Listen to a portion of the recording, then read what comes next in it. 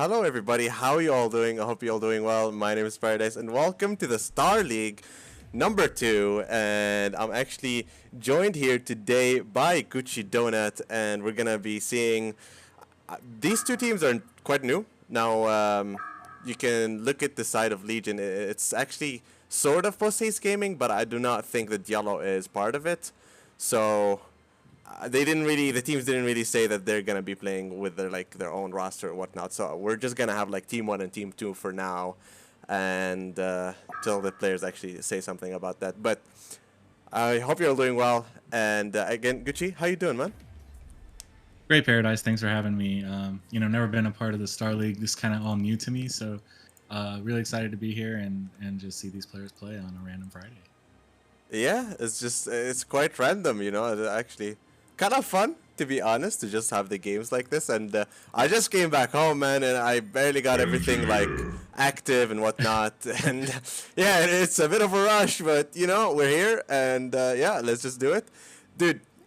Just a thing for everybody, for everyone watching this, the Twitch stream, the notification, I believe it said that it's the 1v1 tournament. It's not. It's not. It's just I did not have time to change it. I'm sorry about that.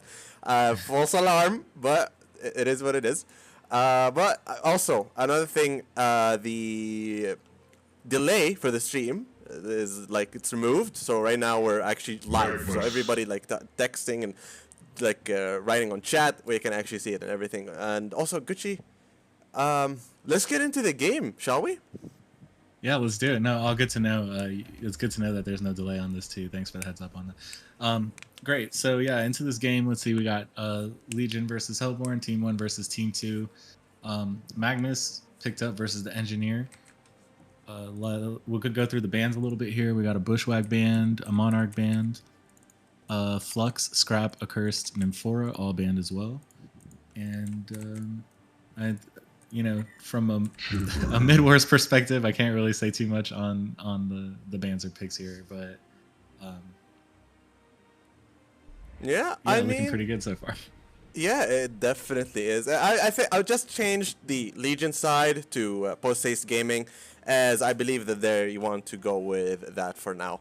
Anywho's, so going with the bands so far. So it's the Flux, Scrap. Okay, this one is actually a very interesting one. And then Monarch, Nymphora, Accursed, and Bushwhack. Bushwhack has actually been banned every single time so far, by the way. So this is quite fascinating to see. The focus on Bushwhack is absurd, and rightfully so. The hero is extremely powerful. He's been performing heavily lately, and it's not something strange to see. And now you can actually see the Predator ban. So Gucci, I don't know if you've been watching the games lately, but Fa or Fervor, I guess, the Pink on the Hellborne side, he has been playing a lot of Predator lately, and he's been super successful. Although I gotta admit, yesterday we saw Fa play Predator against the Berserker, and he was successful early on the game, but later on he definitely got shut down. Although it wasn't just the Berserker, but the hero is definitely not invulnerable, right? So it's sort of a respect ban, but I don't think entirely. And now we actually see Jeremiah as well being banned, and Lord Sulfuras. So if you watch the Pro 4 tournament, Lord Sulfuras has actually been such a nuisance on Polyboy, which I believe is Ace. So he's been doing so much with Lord Sulfuras, been extremely successful with him. And right now, another one actually I'm seeing is Soul Reaper. So they've been running the Soul Reaper Accursed lineup in the long lane, and now they actually got them both banned. So this is, I'd say, a lot of respect bans coming out right now from both sides. Just removing the most comfortable heroes for each side, for each player. And now it's even Madman. Doze yesterday had a lot of success with Madman, even though it is level 1 helmet, or what you got who just banned it. Still, though, you have a lot of Madman players on the Hellborne side. Fa is a great Madman player as well. So most of it is still respect band. The Accursed, the Soul Reaper, the Predator, the Jeremiah. Jeremiah has been super, super successful lately. I'm sure you've seen it. There's after the update, Jeremiah has been picked a bunch, man, and it's really nice to see alongside Kraken as well. And Scrap is just a super annoying hero, super efficient, and just oh man, the pushes on Scrap, the farm on Scrap, the items he can gather. What a disgusting hero, man. I do not blame them for removing the Scrap, honestly. He is just super annoying to deal with. So all understandable bans right here happening in front of us right now. But right now we're going, I believe in the last ban it has a Sapphire ban. Alright, that's interesting. It's coming from the side of Fever, but I don't think that Lucius, which is the player who plays Sapphire, is actually on the Legion side right now. So I'm not sure why Sapphire is targeted right now, but the Americans do like to pick him up. But we'll see. So I noticed that you had mentioned about like the recent changes, patch changes, and some heroes getting picked up like Kraken, as we see. But you know, do you think Magnus would have gotten picked up without those recent changes? I mean, Magnus has been picked yesterday by Julie, I believe was his name. He did wonders with him. But aside from the player being absolutely nuts with the hero, I don't know. I'd say Magnus is quite fine. I don't think he's that crazy. I don't think that the changes were that like absurd. I think it is powerful. I think it does help the hero quite a lot by a handful, but I don't think it's that crazy to make such a change compared to, like, let's say Jeremiah or Kraken, right? So it's a change, and it's a welcome one, and it's a powerful one, but it's not in the like bar with Jeremiah, with Kraken. But it's nice to see, like what do you think of like these changes? But maybe okay, maybe we'll leave this question for later, and for now, like, we'll look at the picking phase. And we have Magma's Chipper, Torturer, Gladiator, and Engineer, Kinesis, Kraken, and Swiftblade. Yeah, Swiftblade, his counters can be quite annoying. I think that was a really good pickup for Make Love 83, especially with that magic community early. It's gonna be very helpful. Do you think they're actually gonna go with the artillery last pick on the Hellborne side? I honestly don't see that. What do you think? Do you think that's actually gonna happen? Well, I think a ranged carry wouldn't be the worst idea. Revenant. Wow. Revenant is a good pick. Yeah. Okay. So I think this is maybe. Okay, not the first time, but it's been a while since we've seen Revenant. That's for certain. So Revenant, Swiftblade, Kraken, Kinesis, and Engineer. This is quite fascinating. Yeah, I mean, with the Engie mines, having a Revenant on top is just gonna like increase the invis wards on both sides because they have a Magnus too, So I think both teams are gonna be getting revs and dust and just making sure that they can see what's going on. War Beast coming out from the Post-Haste Gaming as final pick, and as we all know, what you got is arguably one of the best junglers in the game right now, and he has a War Beast, so this is looking real nice, honestly. So the Gladiator, Magma's Chipper, Torture, and War Beast. So War Beast is gonna be the core carry, I believe, or are they gonna make it into a dual semi carry with perhaps Gladiator and War Beast? Okay, so like I feel like Gladiator does have a carry potential, but he's not as real carry. He's more of a semi carry, in my opinion. I might be wrong on that. Maybe they will make it work. A lot of times, a lot of situations, B Pro would actually go with like the craziest lineups you would ever think of, and the casters, they would be questioning it, be like, okay, like, how are they gonna make this work? This is not gonna happen. And they end up actually making it work in the end, somehow, some way. So I'm excited to see how this is gonna be handled, if they're actually gonna be able to pull this off or not. But so far with the laning phase, it seems like Torture and Magnus are gonna dual top lane, and that's definitely a formidable long lane. Dual long lane. Shipper is going to be supporting the, I think, wait, is it the Gladiator mid lane? So are they going to leave the bottom lane on its own? I'm not quite certain what's the plan here. Or is War Yeah, I think Beast... they're trying to figure out the lane themselves. Do you think War Beast is gonna go to lane? Do you think that's the plan? think- And maybe like go to jungle? I don't really see this. Yeah, I think he might go bot lane and then just go to jungle once. I think they're gonna try and pick or fight the dual mid with Chipper and Gladiator, and then I'm assuming one of them are gonna come down and help War Beast eventually, and then leave one of them mid. I don't think roaming is the worst strategy. It allows kind of both War Beast and Gladiator to get a little farm when needed, and Chipper to kind of support both. So it is War Beast lane. So like, so he's gonna be 1v1ing the Kinesis. Kinesis is not gonna have much with his Q, but still Kinesis does have a lot of harassment potential.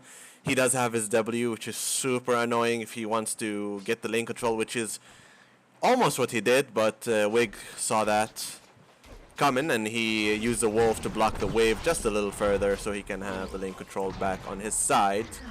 Still though, Kinesis is, again, as we said, quite annoying in the laning phase. He's going to be able to harass him freely with his range, with his W, and if he gets the Magma's Q from the top lane, it's going to be quite a flank, and he's going to take a lot of time to get there, but it will help him a lot. And meanwhile, by the way, we see Revenant is actually rotating to bottom lane, leaving the Kraken mid lane. And speaking of which, Kraken is already on 100 HP. He lost 400 HP just like that. So I'm not quite certain if that's the brightest idea ever. Revenant is actually going on the War Beast. War Beast is getting quite low right now with the slow, and the Bloodlust comes out for the Revenant.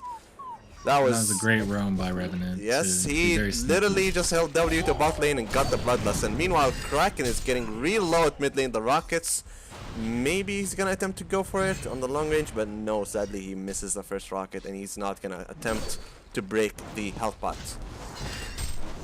And you gotta wonder if the SS was called. Did they let him know, hey, Revenant missing mid? You know, it's important during that time. Yeah, I mean, they do have a ward at the like the bottom rune, if you see it right now, but I don't think that Revenant actually walked on it. I don't think they saw him with this ward, if I'm not mistaken. I think because he went from the top side to the bottom directly without entering the jungle at all, so Warbeast did not see that.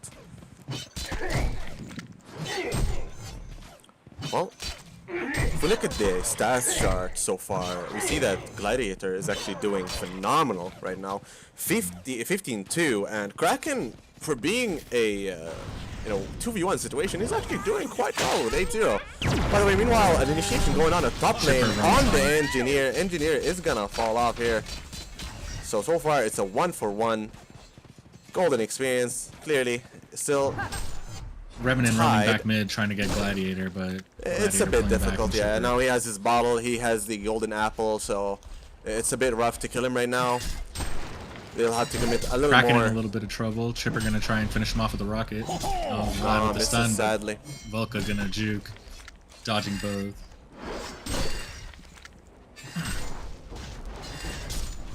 Yeah, Kraken is gonna struggle a little bit, for sure. He does have 3 Revenant charges coming in on trying to that slow the power Chipper, but not gonna do enough here. Glad helping him.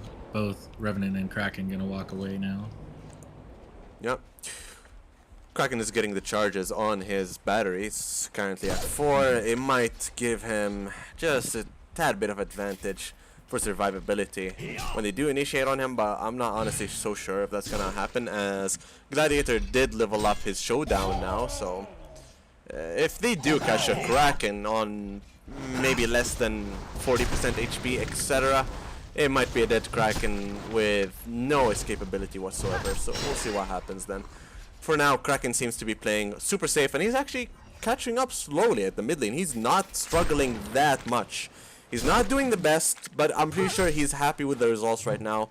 He did spend some resources on sustainability, health bots, and blights, but he's still fine. I'm sure he's happy with the results so far. Speaking of which, they are gonna do some harassment around here. Yeah, on the Kinesis Volka. is gonna go ahead and gank top here. Play going in. on the Torture. Torture taking too much damage. Will fall. Magnus stuck, trying to get out. Kinesis trying to get that stun, looking for him. But the creeps will spot the Kinesis and Magnus knows. Yeah, he really wants it, doesn't he? It's gonna be super helpful for him. Oh, they find him. He stuns out. He's trying not to get it stolen. But Kinesis sees him. Will take the stun him back, and now Kinesis has that dangerous stun you were talking about. And meanwhile, all at mid lane, meanwhile, Volca just fell mid lane by the DD, Gladiator, and Shipper.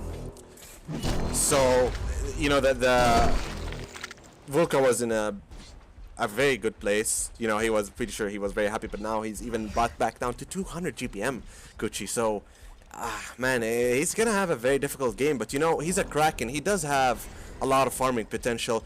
Sure, it's only his E, but still, he can actually come back quite well.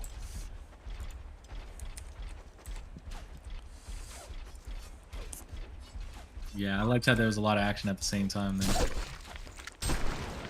And it looks like there's even more action. Magnus stunning in on the Swiftblade up top, but Engie with the beautiful stun will save the Swiftblade from getting ganked there, giving him enough time to walk away. Yeah, Kinesis porting top, looking for the 3v2 opportunity. Will stun Magnus with its own stun. Swiftblade trying to get the Magnus, will finish him off with the AoE spin there. They actually thought they might be in trouble? Oh no, the TP's coming out. Okay, they don't. They want to play it safe. They don't. And the TP was cancelled. But who was that? Did you notice? Who was TPing there? Was it Gladiator? Okay, it was Gladiator. His TP is on cooldown. You can see that. So Gladiator, Doze tried to TP to the top side, but sadly stopped it. And the rune is bottom. It's an illusion rune. Gonna go on the Gladiator. So, what do you think Swiftblade is gonna go for this game? You think he's gonna go the mock route or the cleaver route? I would think the cleaver route because I would think they're gonna need a little bit of physical damage here. Oh, here comes the stun. Beautiful bait by Doze at the mid lane using the showdown to bait himself with that Q with the ultimate. He's actually hitting everybody. Kraken did charge away, I believe. I'm not actually quite certain what just happened to Kraken there. But there was no animation, no nothing. He does get the showdown as well with the Q, with the lockdown from Magnus. Lava Surge, and he is gonna go down. Did you notice what just happened to Kraken there? No, I was actually a little bit distracted. Did he use his charge and then like he got stunned and the animation was just cancelled, so he just teleported, or is it just on my screen? That looked very strange on my screen, but it is what it is. I believe he did charge away, but just animation got cancelled. Sadly though, he ended up falling and wasn't able to dodge the abilities as they were too many. But during that fight, there was also a fight bottom, and Revenant ended up falling as well, giving Legion a kill. And now Legion is actually up by 1.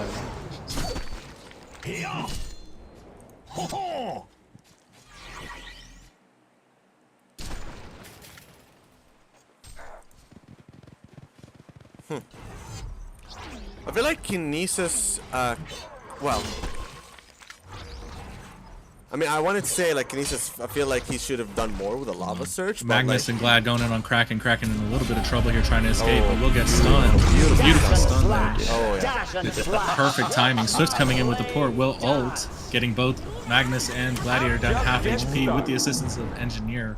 They will go ahead and take down the Magnus. Rosary meanwhile, bot lane.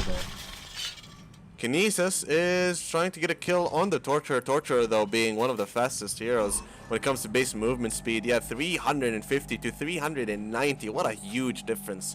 And Kinesis, sadly, will not be able to catch the Torture here. Torture will get out, like, without any loss. So, usually, Fa likes to go with the mock route. I see him going, okay, well, he just bought the life tube and he said, nope, I'm going cleaver. So he's going with the cleaver route this game. I like it. I actually really like it. I'm not sure if up against a carry like War Beast. No. See, what I'm thinking of, it's not the War Beast. What I'm thinking of is the PKs. Because I feel like, okay, now you can look at the side of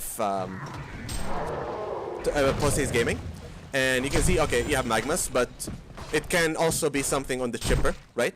And Hold it up, can the also... War Beast in a little bit of trouble in the bottom, getting hit by Kinesis and Revenant. Yeah, but we'll the speed up ultimate... and just run away. Yeah, too fast. He's too fast. A little too fast for them to catch, sadly. But yeah, I was saying, like, it's really good against PKs, but I guess the reason why he doesn't really want to commit to it and go with a cleaver route is because there aren't too many PKs on the side of Poseidon's Gaming. Also, he's actually getting gone on by Gladiator and the Magmas with the Shipper Rockets from afar, and then the Shipper Rocket catches him at the last spin ends. Yep. And that's a huge kill on the side of Poseidon Gaming. Right now, Swiftblade hasn't been having the greatest game by far. He's on 380 GPM, but still, that kill quite huge. He dropped from 420 to 380 right now. It's probably going to be 370 by the time he's alive. So they will take this trade anytime, any day. And right now, Swiftblade cannot TP top as he knows it's quite dangerous. So he's going to walk to top lane, but they do have some wards over at the Hellborne side, Hellborne jungle side, so they see that they actually left. Looks like we've got a good chance on Kraken here. Yep. 2 stuns, 3 stuns, and some rockets with an ulti. We'll take the Kraken out. Nice combo, 3-on-1 there. Good gank. Swiftblade seeing what's happening, but with the ward, they're able to stun the Swiftblade. Now Swiftblade knows it's warded up there. Yep. You know, like what we talked about at the beginning, Gucci, which is like the farming team, or like let's say the full core team against the, you know, just all gankers team. We're seeing it right now. The golden experience difference is 3,000, actually 4,300. It just jumped right now, and with the tower 5,600 with the 4,000 in XP. So they are really using their advantage. Swiftblade is being gone on right now. He's probably going to use his spin before the showdown. No, he did not. Still though, the ultimate of Gladiator coming in is going to give the entire Legion side protection. A beautiful engineer ultimate coming out.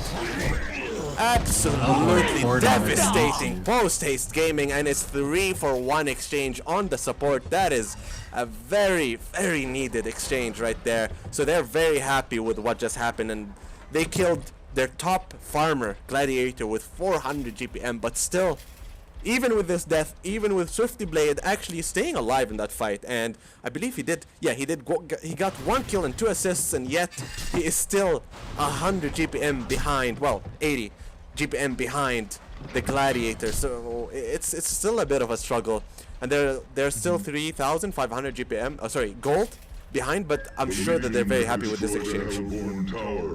And now they're stacking up the towers, Gucci. Like, they have 2 towers right now on the side of Poseidon's Gaming, and it's back to 5k because the tower gold, right? It's so much, especially when it's to Legion. We're based in trouble here. Yep. Kraken with the stun, and we'll lock him down. Oh, are they gonna lock him in though? Yes, that's the question. Not use the ulti time or the right position. And it's hard. It's hard without the Kraken PK. I don't think that they will have the chance yet. You know, it's very difficult. And Warbeast actually just got the Whispering Helm, by the way, and he's gonna start stacking up his creeps. So he got a Skeleton King right now, and that's an incredible creep for him. It's gonna be super helpful when he's trying to gank, when he's trying to chase someone down. So he's building his own team right now, let's say. And Swiftblade, with 1,000 gold, he is getting really close to that cleaver. Soon enough, he will have it, start picking up farm, and from there, hopefully be able to compete with Gladiator and the War Beast. By the way, the War Beast is actually getting super farmed right now. He's on 460 GPM, so he's picking up base right now. So Swiftblade is gonna be facing a lot. And like, if you look at the GPM chart, Gucci, right? Like, you look at Swiftblade, and then you look at the one after Swiftblade, which is Kraken. He's not even 300 GPM. He's 280, and then 240, and then 200, and then 200. And then you look at the Legion side, and it's 480, 480, 350, and then 300. So Swiftblade is definitely not going to be in a 1v1 situation in late game. He's going to be struggling. He's not going to be playing on his own. He's going to be facing a lot. So it's going to be super difficult for Swiftblade to win this game. This is exactly like the Bellator game we watched yesterday, when Bellator was ahead of Berserker, but Bellator was a lone wolf against the Berserker, against the spiked bola, against all the barbids and everything, and he just struggled in the fight. He couldn't Kraken do anything. In a little bit of trouble. Nice Gladiator stun, and with the showdown, and that's a guaranteed kill. With the showdown, he's not going to be able to not going to be able to survive, sadly. And good little hunt. I'm liking the Gladiator Tripper combo. They're working really well together this game. They're trying to get a pick off here though. No Lava Surge on Kinesis. There's a Rift Ward. I'm not sure if they walked in it or not though. I believe they did, because they did go back a little bit, because as they like wanted to fight them, but then they decided not to. And you know, we're seeing the snowball is getting harder and harder. Now it's 7,200, you know? And like Hellborne needs to respond, they need to do something in return. An initiation going on from Kinesis to the Magmas. I'm not sure if he's gonna be having enough damage. Magmas is actually counterstun and will have help here. Will Gladiator be able to make it with the Ghost Marches though? Oh, there's some direct blasting. Oh, the creeps! Oh no! We'll give him away with the showdown. He's beautiful stun. Ain't nowhere to go. Overextended. Did not gank with the teammate. Tried to hunt on his own as a Kinesis, and that did not. That creep, griefing him though. He picked up the enemy creep. And that was unfortunate. Oh, Warbeast, but sadly. Oh, will he be able to? Yes. Revenant is close by. See, I saw Revenant and like most of the Hellborne team very nearby. So I was thinking like, is this really the greatest idea? But Wig read it and he went back before it was too late, and he saved himself, you know. And he's a much more important target than Swifty Blade. Sure, he wants to kill the Swifty Blade, slow him down to slow their single core, right? But he's also 460 GPM. So he's quite a big deal as well. So it's like a carry for a carry, right? He does not want to do that exchange, especially when they have 2 cores against a single core. So it does make a lot of sense. So Wig having the 6th sense right there. And, you know, right now the game is slowing down a little bit. Now we're just at 6,200. As I say that, it literally go 300 above. That's pretty cool. But still, you know, it's slowing down a little bit. But I believe the snowball is going to continue, and Hellborne, they're on a timer right now. They have to respond. If they don't respond with anything... Yeah, but Magmas is not their target, you know? He's the lowest GPM out of all the other 5 heroes, so I'm not sure if he's really their target, you know? Like, is focusing Magmas really going to give them a chance in winning the game? Like, do you think that that's the move, Kuchi?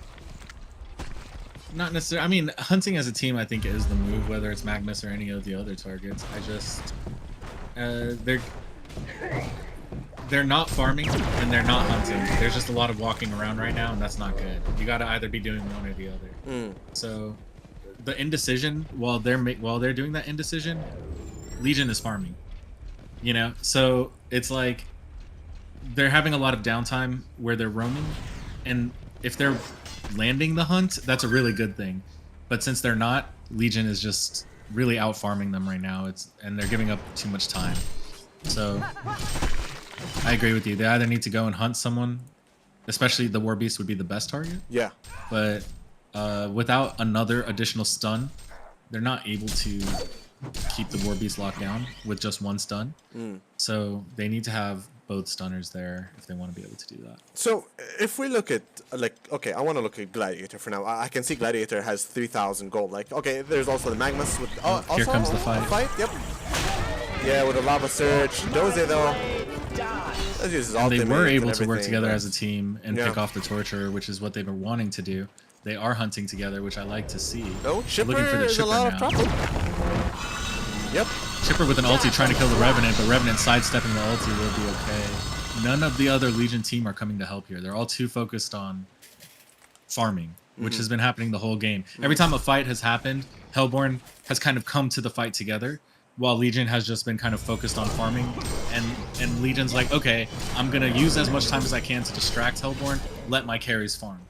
And it seems to be working. I mean, you know, they're up, but I like to see Hellborne's playstyle better. I like to see all 5 working together, hunting as a team, going after the players, and you know, it doesn't have to be all 5, but I do like to see the hunt more than I like to see the farm.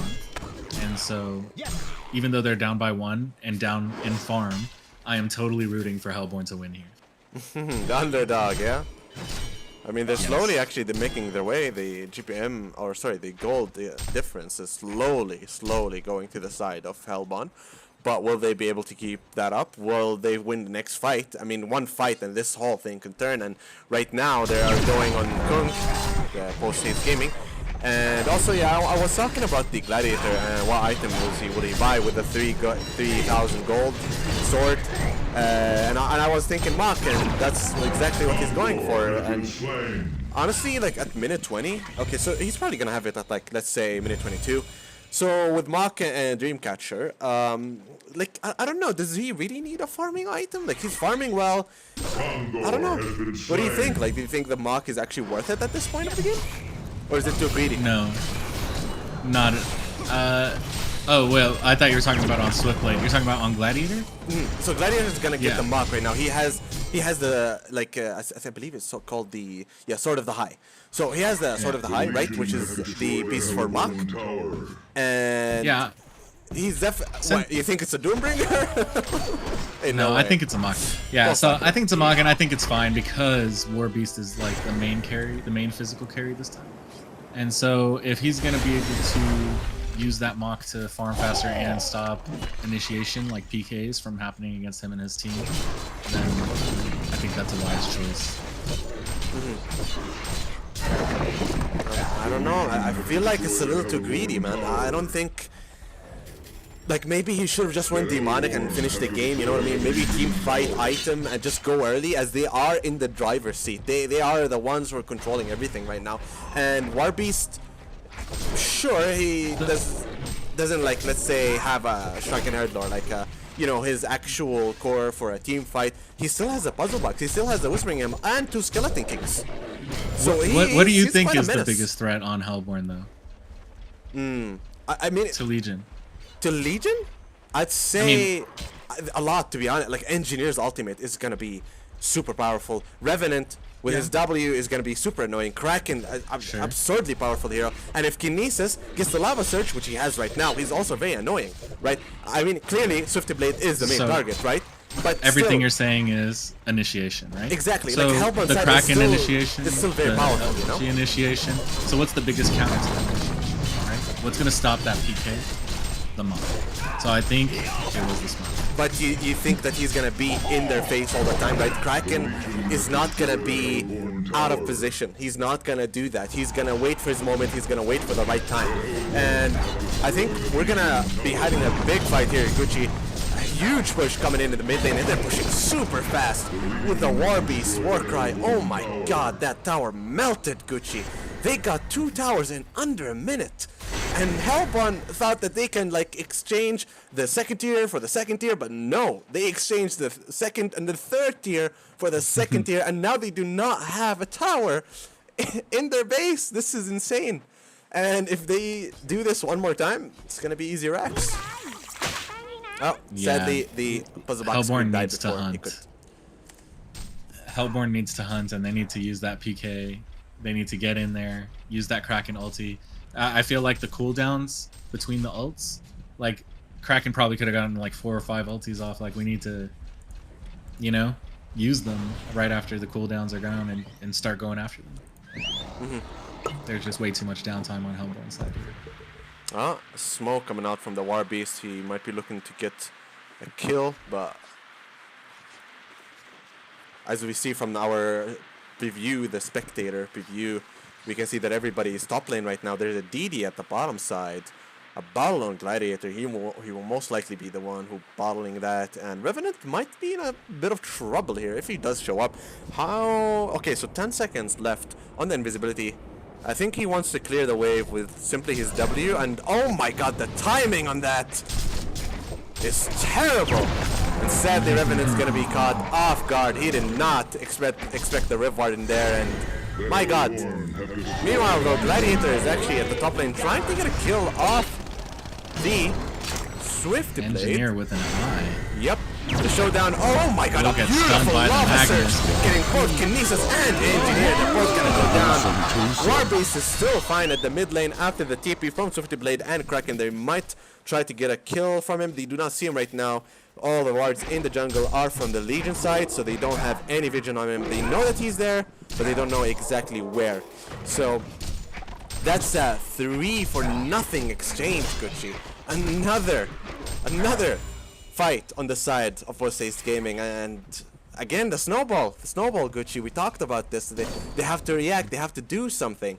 And like, do you think that they can win the team fight? Do you think that this is what they're hoping for? No, that fight they needed Kraken. They needed 5, right? When they went in on that fight, it was, I think Hellborne had 3 on Legion side of the river when they were in a position where they were down. So they were gonna hunt.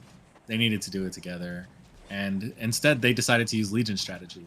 They kind of decided to push into the Legion side and give Kraken time to farm, and I did not like that at all. So I don't think that Hellborne, unless they fight together as 5 and use and combo their ultis, I don't think that they are going to have a chance here.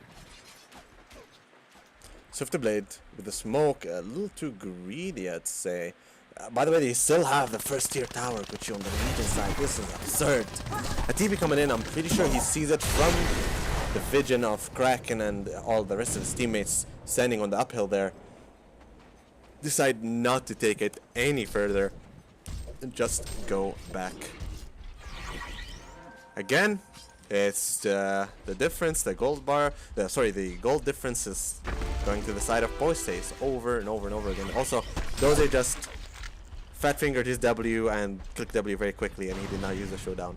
And then team smoke coming out from the side of Hellborne. Trying to make a play. They're finally trying to make that play, Gucci, that we've been talking about. They're probably going to find the Magnus here. If they get a little lucky, no, they find the Doze, the actual most important target. A beautiful Lava Surge coming from Magnus. And then a counter initiation Lava Surge coming from Kinesis. Sadly, the HoN literally cannot do anything. The splashes get a little Legion lucky. too fat. Yeah, Legion's just too fat. That's what you said, man. It's... Again, like, is it really the strategy? We talked about this. Was it really the right thing to do to wait this long? We said that maybe it's the team fights. Maybe this is where they can win against them. But sadly, it's just not the answer. And I don't think that they have many cards on their side, you know? Yeah. If they had done this exact same initiation 5-10 minutes ago, they probably would have won. You think it would have been a different outcome? Yeah, I think they would have been, because they gave what you got too much time to farm. And Gladiator, like the fights, if they're going in 5-on-3 and they're not picking, if maybe they're even just picking 1 or 2, you know, they really gotta win the team fights. They can't spend too much time roaming, and I think that there was just way too much time roaming, not initiating and deciding what to do. Instead, while Legion, while there were fights going on, the carries were constantly farming. They weren't roaming. They weren't worried about the fight at all. What you got was just pushing bottom, farming the lane, going into jungle, farming the farm. Not worried about it until he decided he was ready for it.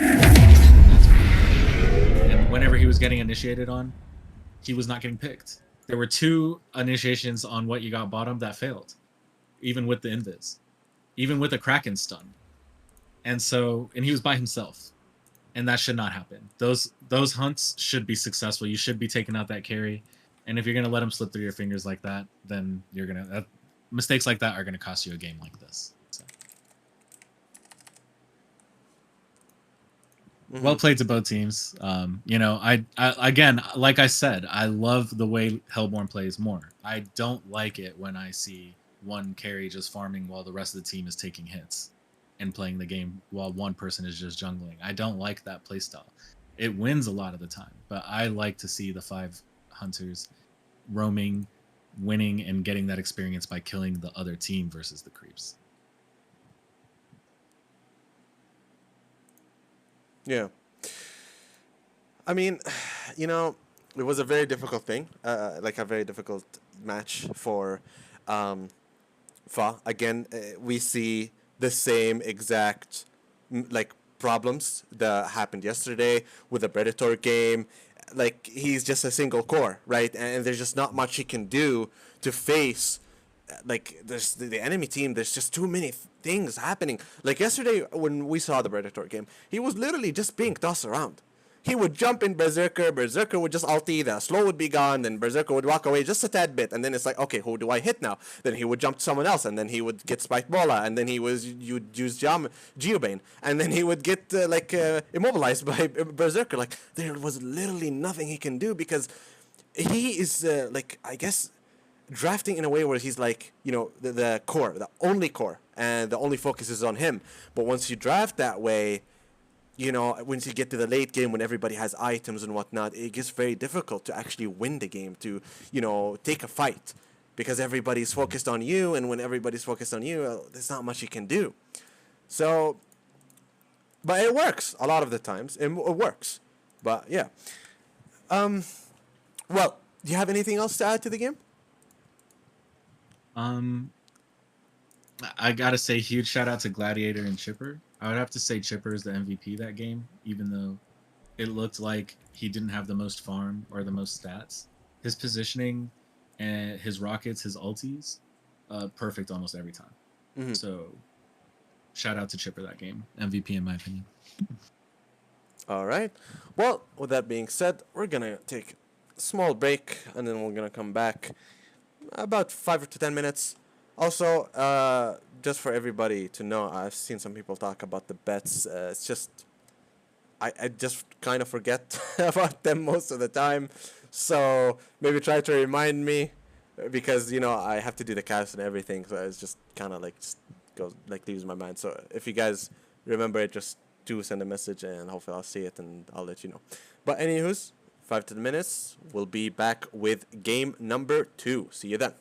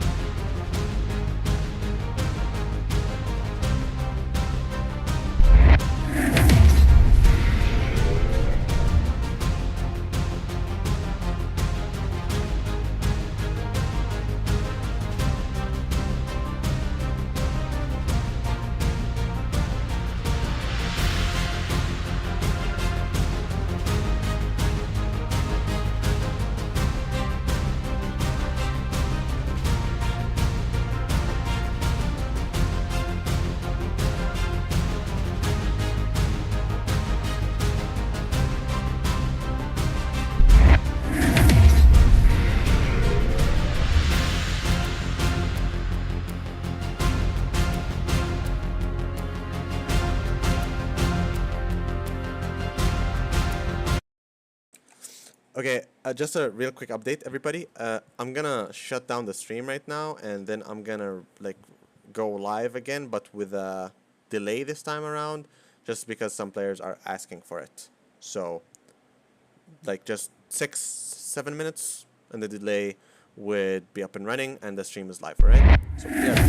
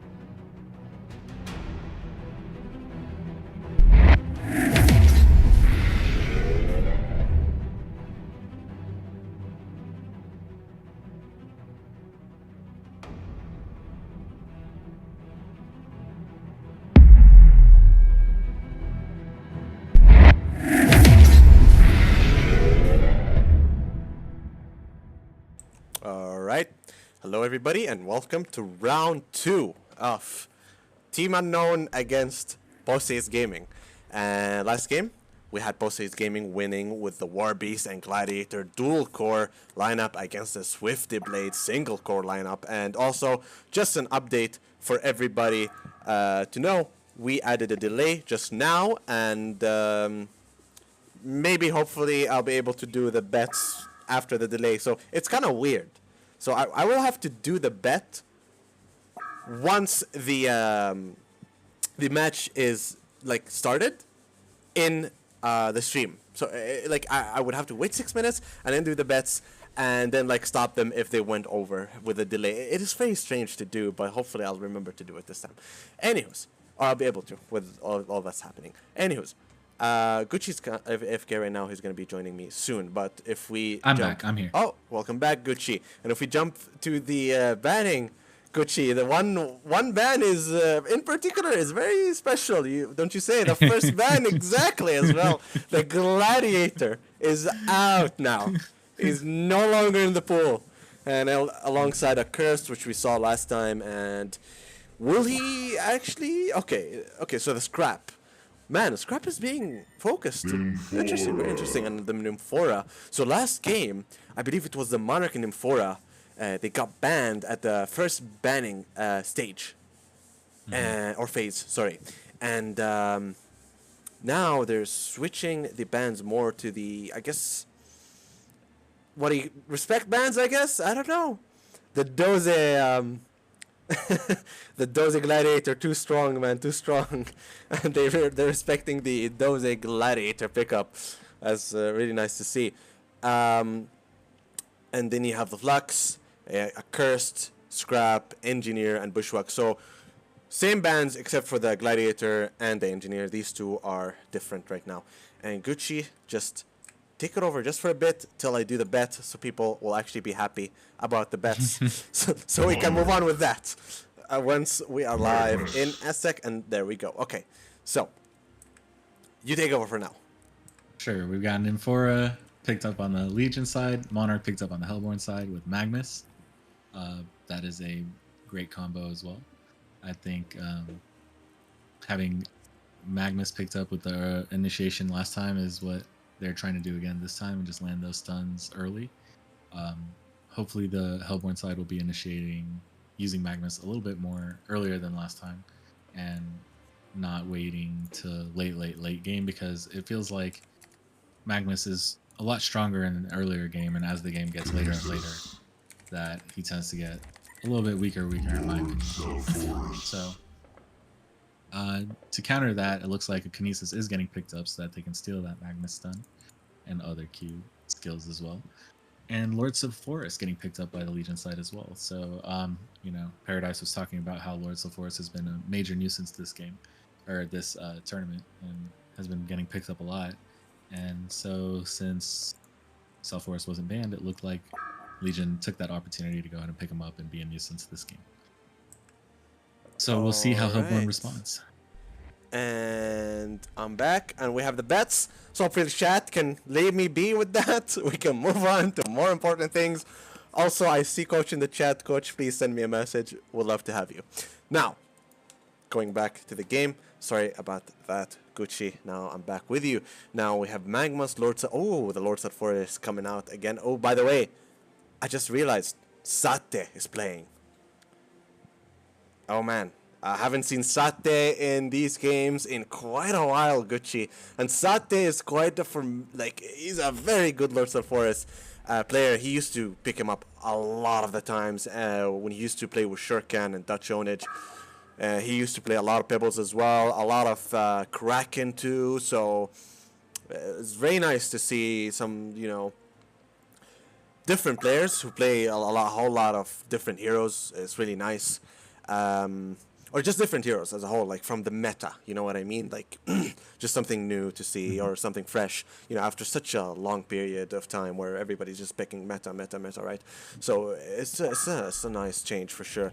And now we're jumping into the second banning phase with Corrupted Disciple coming from Wig, and then Predator, and from the side of Fa is Torturer and Soul Reaper again with the Soul Reaper, and now is the Torturer, Gucci. Like, they are telling them we're not gonna allow you to get your picks whatsoever, man. It's a lot of respect bans. A lot of respect bans, I would say, and now it's Jeremiah again. So we're seeing mostly the same bands, but now like it's more sided to okay, these are the heroes we've played, and okay, Swifty Blade is from Fa. Swifty Blade just banned Fa. Sorry, Swifty Blade just banned Fa. That's okay, quite funny. The Fa banned the Swifty Blade. That one I don't really understand. I understand the rest. I get the rest, but I'm not really sure. But what did they change Swifty Blade as of late with the latest patch? I haven't really noticed Swifty Blade in there. I don't really quite recall. I think it's probably again just more of a respect ban. But it's Fa who banned it though. So if it's Wig, I'll be like, okay, even though honestly I don't see why he would do that, but it would be more, understandable.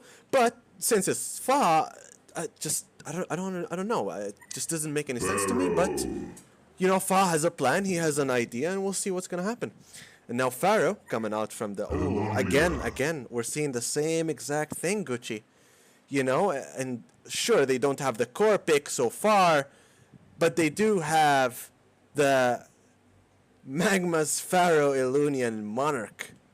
So heavy, like initiation and fighting heroes against, well, we'll see against what. So far we only have Lord Nymphora and Kinesis, which are quite formidable. They can do quite a lot. They can definitely take on the Legion, the Hellborne side. So that they're not weak by any means, right? Well, I think Hellborne side is a little weak right now because, correct me, unless they pick up, I don't think he's going to end up picking Glacius because that's just too much magic damage. I think they need some sort of physical damage. So I'm really hoping that the Glacius that's being shadowed is not what gets picked up here. But we'll see, because Legion has a really well-balanced team between, a little bit of magic damage, not the strongest, but with Self, Kinesis, and Nymphora, they do have some magic damage there, and the Tremble AoE, and they have a lot of physical damage. So it's a really, pretty good balance, and I'm hoping to see a little bit more physical damage on the Hellborne side. And you can see they're switching to the Forsaken Archer here. So I think that's a much stronger pickup. We'll give them... By the way, the Mage Bane. Damn. Fa, oh my, okay. We're seeing the switch up, Gucci. But I mean, with Mage Bane, so I remember Fa doing this before. He went with a double core and Mage Bane. I remember that game, like, clearly. Mage Bane was not able to do much, Gucci, because he's just... Sure, he does have the flash, but he's not that helpful, to be honest with you. No, in this game, I think he will be. Mage Bane is stronger in the later game, especially against magic damage heroes. And so there's going to be a lot of magic damage coming his way. Okay. So you think it's going to actually work out here, in your opinion? I do. Okay. Yes. Okay. Just off of pick, I would think Legion would win this game. Coach. Yeah. So, ladies and gentlemen, Coach just joined us right now. Coach, how you doing? By the way, Coach, you do have the staff spectator. You can just join the game right now, and if you'd like, you can just take over. What's up, nerds? It's me. Love to hear that voice. Coach, when you're in, just let me know. Oh, no, it's already in progress. It won't let me. Okay, so I think once Coach just joins in the game, ladies and gentlemen, it's going to be Coach and Gucci Donut taking over, and I'm going to just be doing the camera work and whatnot. A little easier for myself, I would prefer. But yeah, so we're seeing the lineup right now, Gucci, and it's Monarch and Magma, so I believe they will dual lane. So it's most likely going to be... okay, wait a second. The Magmas does have a boots, so it might just be 1-2-1, and then Magmas being wherever he needs to be. Most likely a tri-lane mid most of the time, as that's what we saw last time when Wig did this lineup. I believe it was the Magmas as well who was roaming. I'm not 100% sure who was roaming at that game. But, the roamer was, most of the time, was just in mid lane. because that's where most of the action was. And we're seeing actually... I doubt the... Yeah, okay, I wanted to say Tremble is most likely not going to actually go in bottom lane. So it's going to be the Mage Minion Fora, and then it's going to be the Kinesis and Lords of Forest at top lane, it would seem. So quite interesting, 2-1-2. And Monarch, I believe she's actually going to go to the top side, reading the Legion side lineup, knowing there's going to be a dual top lane against the FA, and she knows against the Kinesis and Lords of Forest, there's not much that she can do, especially with Kinesis. Once he gets his Q and steals the FA Q with the immobilization, he's going to really shut down the FA, with the FA not being able to do much against the Lords of Forest and the Kinesis. It's going to be too devastating for FA to handle. And you can see it right now, man, with the Kinesis just lifting a creep. Yep. Magnus stunning in on the Tremble, trying to get a little block there with the body. Yeah, but sadly with the Looney at level 1, you know, it's not going to be able to do much, and Tremble is just going to be fine. Coach, are you in? Oh yeah, I was just letting you have your time, bro. Alright, and take it over, my man. Alright, so as I come to this game, I'm seeing that Fervor, which is Fa, right? I believe Fervor's Fa, correct? Okay, so Fervor is playing Tremble. Fa's played Tremble 5 times, and he has a 100% win rate. He has yet to lose on the Salt's in Skirro. trouble. So look, pretty good picks. Salt's and getting picked. Good job, Salt. Reported. So we have an FA pick here, which I don't know if you guys talked about it before, but crippling Pollen into volley is kind of a scary thing, right? And the bot lane, another kill, Piz doing, just getting a kill on this like front side of Roz's tower. You kind of see where the wave is. It's an easy setup for them to get the kill. Not anything bounced back yet. He's still only level 1, and he started Flare, so he doesn't have any like safety. But even if he started Mummy Wall, Mage Bay can get in and out of the wall pretty simply, so it's not really that big of a deal. Save a few wombo combos on the side with crippling Pollen and volley and everything from FA. So if you're eating one stun, you're gonna eat another stun, guaranteed, right? You're gonna get crushed. So there's a lot of combo potential. Let's see how they translate. So what do you think, Gucci? How are you? Haven't talked to you in a while, buddy. I see you play mid-wars every so often. Hopefully you're good. How are you feeling about this game? Who do you think has the advantage here? Just off of picks alone, I'm going to go with Legion in the late game. Right now, Magnus is really trying to do work in the early game and make the most of it. I see him roaming. He was able to get that first blood with the stun there and help Forsaken out. And so I'm hoping to see more of that action by level 1 helmet, but just by picks alone, if this goes late, I definitely think Legion is going to take it. I dig How it. are you? I'm good. I just got home. We take a look. Rod's actually getting got on bot lane right now. A nice little mana teleport in for a flash of anti-magic on top of Rod. Just trying to get some poke. And Hellfire will save him. Fervor actually going down the hill trying to kill Doze. Doze has a battery popping it through, trying to get anything, but Swarm going through, so take 20% less damage. Now Lava Surge might not be necessary, so level 1 helmet actually giving the kill over the side of Doze. Doze with nice body blocks, forcing Fervor to go, you know, off the high ground, down the stairs of the river, and getting the kill. Even with Swarm and the damage reduction, just wasn't enough. So that's a good kill. Alright. So now, hold that thought.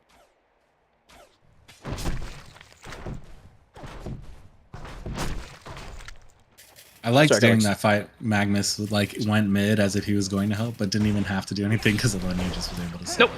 Nope. He just walked by, just said, "Hey, how you doing?" You know, he has Lava Surge to secure the kill if necessary, right? But it's better to give Doze the kill so he can secure his bottle and his items early to try and push the wave out to really kind of succeed. So it's good to enable. It's good to enable Doze there. Most supports would have just Lava Surge that kill and took it and said, "Whatever, I don't care," right? But take a look at bot. Creeper's actually chasing Piz, dude. He's getting hit by Hell Flares. But going on Sate. Yeah. Mag going with the stun, trying to do the body block. Monarch with a follow-up stun will lock down Sate, but Kinesis will steal a stun, will stun Magnus back, and Magnus will fall. Sulphurus will fall as well. Kinesis Salt's trying to get away from the Monarch and the Forsaken, but like you were talking about that combo, Monarch will lock him down with the stun, and then Forsaken with the crippling arrows won't even hit. So a good little combo there, and good awareness on the side of Salt to steal the Lava Surge from the Magnus and try and confirm a stun to get him out. In the end, they end up trading kill for Magnus, but they ended up losing Sate and Salt in the process. Good body blocks, you could see it, kind of where level 1 helmet came in for a Lava Surge and started body blocking. You know, they threw down a little Crystallis, right? And, or not Crystallis, sorry, Noxious Cloud, just trying to body block and keep them all together, and then trade out. Trevor's actually going on top of Doze right now with Salt. Salt actually TP's mid to get the kill, and level 1 Helmet tried to find an angle on Fervor, but his Lava Surge isn't far enough range yet, because it's only level 1 to secure the kill on Fa, so he just chooses to walk out. If he goes in there, he's just going to die, right? So it's just better to not take the extra death, just take what he can get. Now, Pollo Boy right now, kind of having, his lane's not the best in the world, right? But he is 3-0. He's having a good little start. He's getting escalated where he needs to get escalated to, so he's having a pretty good lane. He's going to have some stacks and stuff, and FA is another one of those farmers that just has flash farm, right? And Fall just getting poked out by Doze in the mid. Doze just trying to throw spells, being annoying. Level 1 Helmet trying to set up a stun, but I don't think they're going to try and dive tower. Yep. Salt ends up stealing the old boomerang of ice, you know what I mean? The old Yoinkaroni, the glacial spike, just to slow him to get off. But again, Pollo Boy, he's starting flash forward. Fervor actually getting caught out again. Wow, Boris coming through when he hits level 6 and actually rooting down Magnus under the tower with a nice ensnare and actually picking up the kill on level 1 Helmet. Level 1 Helmet, even with Lava Surge, he's only level, if he's level 3, they could secure the kill. And a flare coming from Ross from downtown, actually picking up the kill on Fa in the mid lane. So it all works out in the end. They lose Magnus's life for it, but guess what? Matt gets the assist, so it all works out. So again, the only thing now that we're looking into is we're talking about the late game S things, and yes, they have a scary lineup for late game, especially since Doze's playing Alonia, right? He's going to be playing with a lot of low mana, specifically because all of his spells are pretty low, short cooldown, and they don't take the most mana in the world. However, you know, when you're ripping spells 24/7 because you are a caster, she is considered a caster, that's where her damage comes from, that makes kind of scary for a Mage Bane, you know, just being able to get in and get out. The difference between Mage Bane and FA is FA at any point can go in the jungle and start farming stacks, right? All she needs is some points of call the damn to split fire, and she can go farm stacks as long as she has lifesteal. Hold that thought. Magnus coming in on Lord Sulphurus Sate will stun Forsaken Pollo Boy with follow-up stun, and then Monarch with the third chain stun will lock him down, making sure that Lord Sulphurus Sate will not get away there. 3-on-1. Beautiful. If you look mid lane, Magnus actually, or not our Magnus, sorry, our Pharaoh came through and wrapped the Pharaoh on top of Tremble, but Tremble just kind of survived because Salt is in the back. And guess what? Salt helps her get the kill in the mid lane, and Doze actually takes the death. They pushed his wave out in a bad way, and Fall just kind of walked up with the Twin Impale and just started poking him in the shins. You know what I mean? Impalers, it's a 50% movement slow. That doesn't seem like a big deal, but it really is, especially when Doze has Striders, right? So you lose your movement speed and they get broken because it's mostly out of combat movement speed. So the rotation was not for naught, it seems. They actually lose more than they gain. Yes, Saute's game is kind of, you know, stunned, but it doesn't matter. Lava Soldier Max distance hit on top of Fervor, but they have no follow-up for it. Doze was not close enough. They're just trying to crash, trying to get some experience.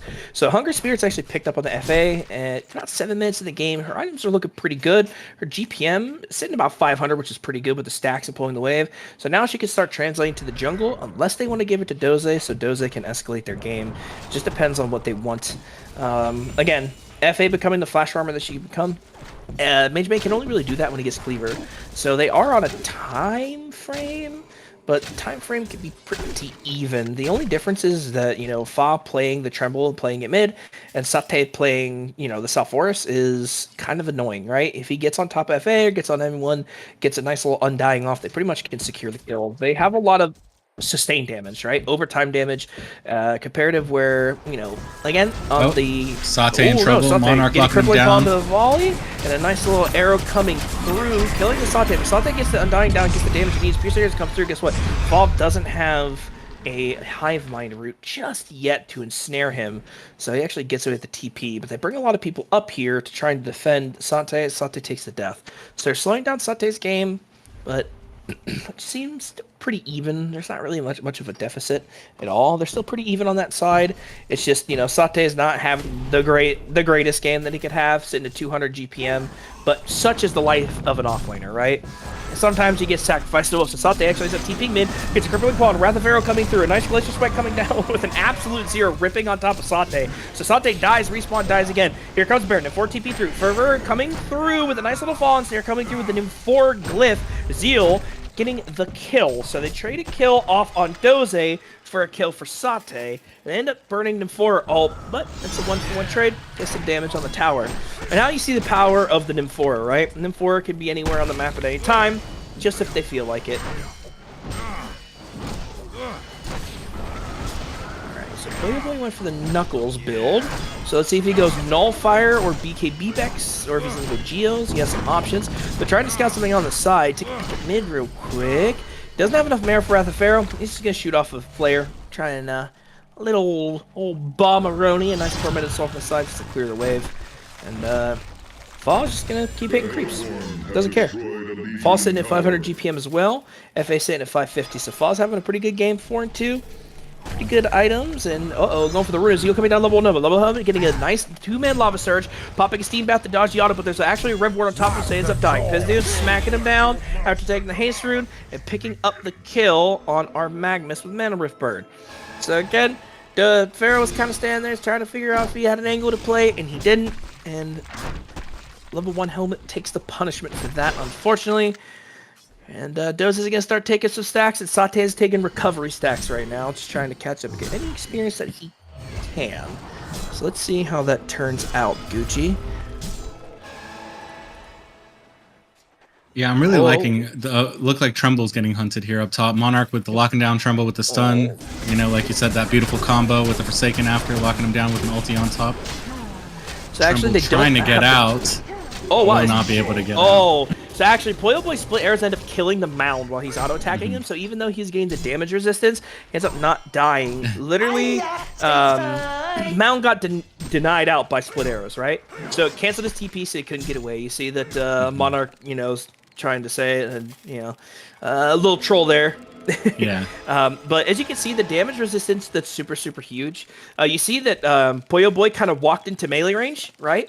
The reason why is because Dark Swarm, what a lot of people don't know, is that if you're outside the Swarm, you deal 50% less damage. You did max that first, right?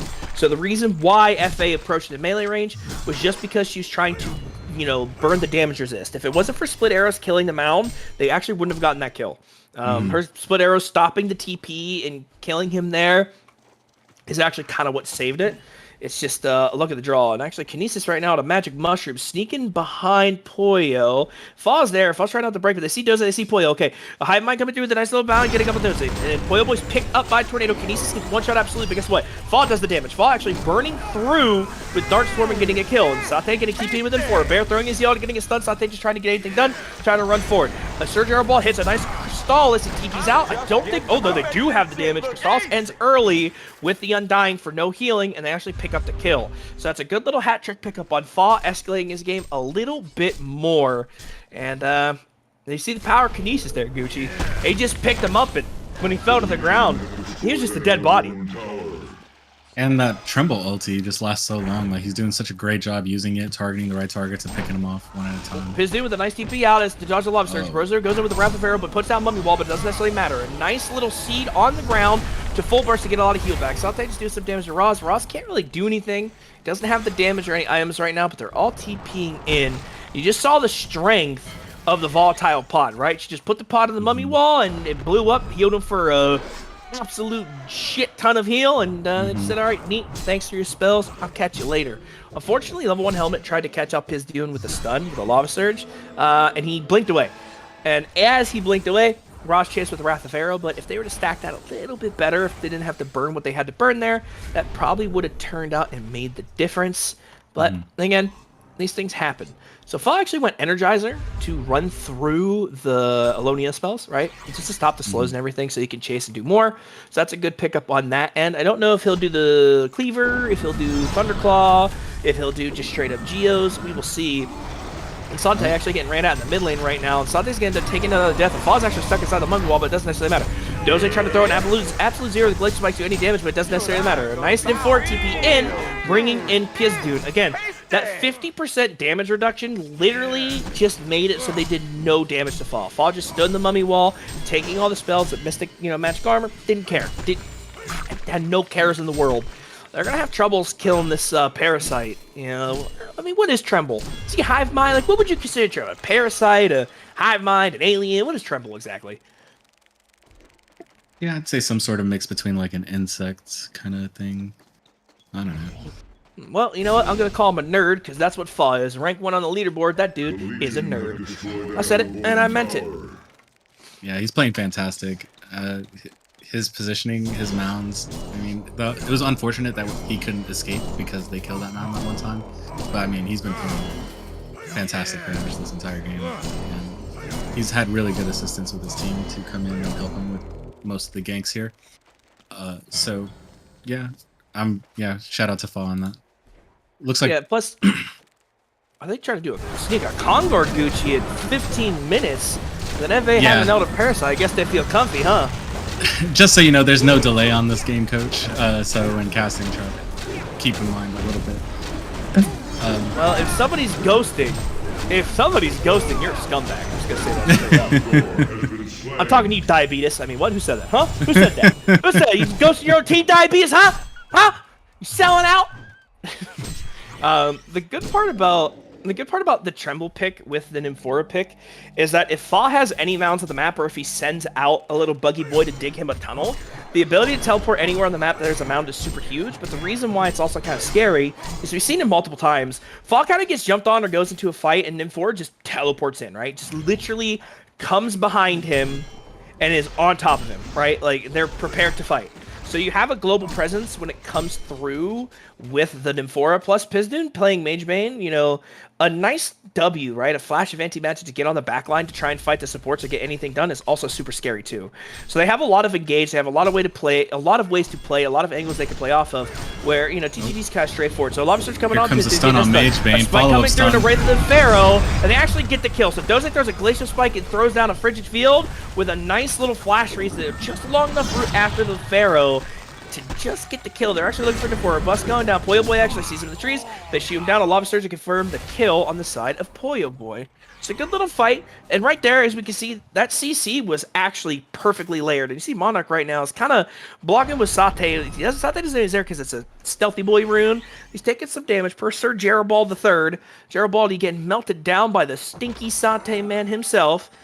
And he's just kind of seeing if he's trying to see if they lay any wards, just trying to scout, see their movements. I don't know if they saw Kinesis, because I think Kinesis was in Fog, but you just saw Fa mount. Okay, Fa put down a mount, pops in. Rosero's actually getting caught out. A nice little Boris route down, but the Ensnare from Hive Mind gets smacked down. And he saw the Hive appear in front of him, but it's just too late. He was already TPing. He was already there. He's good to go. Again, the global presence and mass is too good. Oh, Pizdun gets TP'd in by Nymphora. Blinks on top of the Magnus. Magnus starts getting stuck down, and Salt hits him with a few trees and a creep and puts him to sleep. We're seeing the global presence of this Nymphora. This Nymphora here is kind of broken. If you're not banning Nymphora, I think you're going to be depressed, because this hero could be anywhere at any time, has mad heals, has a nice quick stun that's hard to dodge. It's just a pain in the butt. All right, Magnus just wants to try and get his PK. That's kind of what he's saving money for. He keeps dying to try and make these plays. It's kind of getting screwed over in the end, right? So he's just trying to get that PK to try and play. And I don't know, man, Gucci, it's a 4K lead on the side of, you know, Team 1, as it says. But I feel like they're just in the driver's seat right now. I don't really know if TGT has the damage without Doze or FA, but even then, I don't know if it's that spooky. And a crippling volley actually, or not, sorry, I apologize, a Frigid Field of Flash Trees going on Sate. Sate just getting Glacial Spike down. And again, Doze, he just has so many slows, right? He has so many slows and so much damage on top of Sate, they just couldn't get away. So you're running into a situation, again, where Fall bought that Energizer specifically for that reason. You know, Sate really doesn't have that luxury. Sate is just going to try and buy utility items like gnomes and some armor, some magic armor to get tanky, but he's pretty susceptible to just getting melted down. And FA actually picked up the Nullifier second, like I thought she would. Probably going for the BKB now. So draining the mana off like Kinesis and, you know, Sate, and trying to get any mana off Fall, even though Fall just kind of sits down and right clicks, doesn't care. He's just trying to do anything in his power to really, you know, secure the game. So we will see. What items do you want to see this game, Gucci? Is there anything specific you want to see? You want to see Stargazer boots, don't you? Not at all. I'd love to see a Shrunken Head picked up on Tremble. Pretty much. Other than that, I think, you know, not really. I don't think. I mean, I think Hellborne, like is in a really bad position right now. I think they are struggling. I'm not sure what item they can get to really turn this. Once Legion kind of took the lead or got even, I guess, to this point, I think the later the game gets, Legion is just going to scale.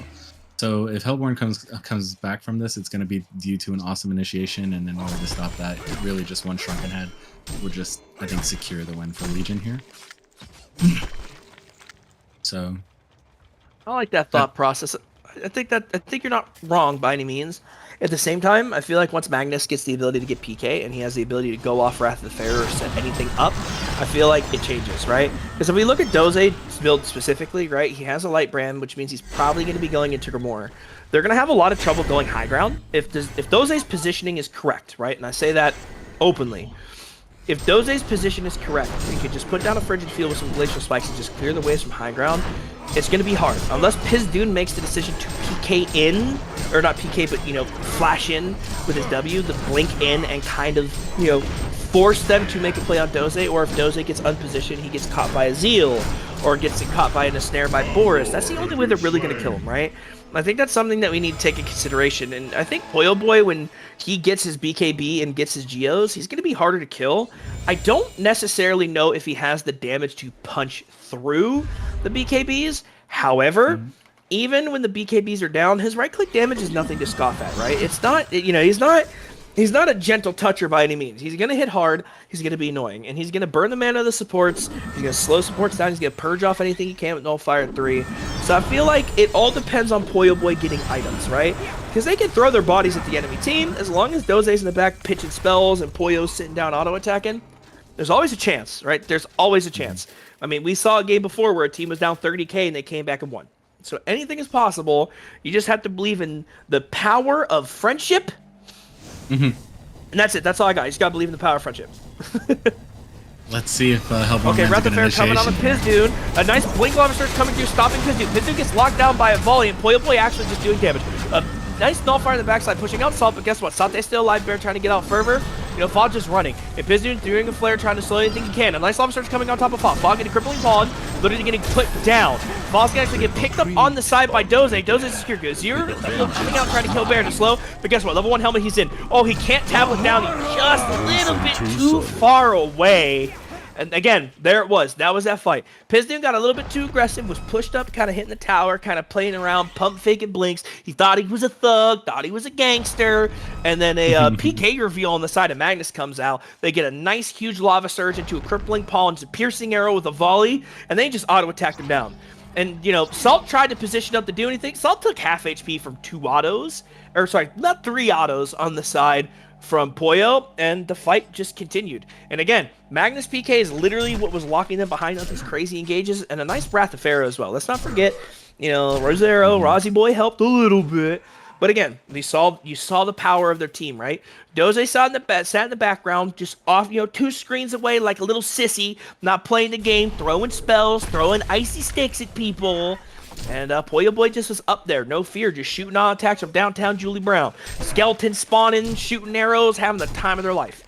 And that's the power of their team right there. As you can see, it's how their team fights kind of need to go. If their team fights don't go like that, they're not going to win them. And Pizdun actually ends up killing Roz. And nice DD just smacked him down. And as you can see, our mage main didn't go Cleaver. He went, you know, Outclones, Elder, BKB. And he kind of let Fall have the Cleaver and secure the farm. His whole goal is just to find the backline supports or find, you know, Doze in the back, right? That's his whole game plan. His whole game plan is just to find the people that he needs to kill and find the people that they need to get on and disrupt the team fights.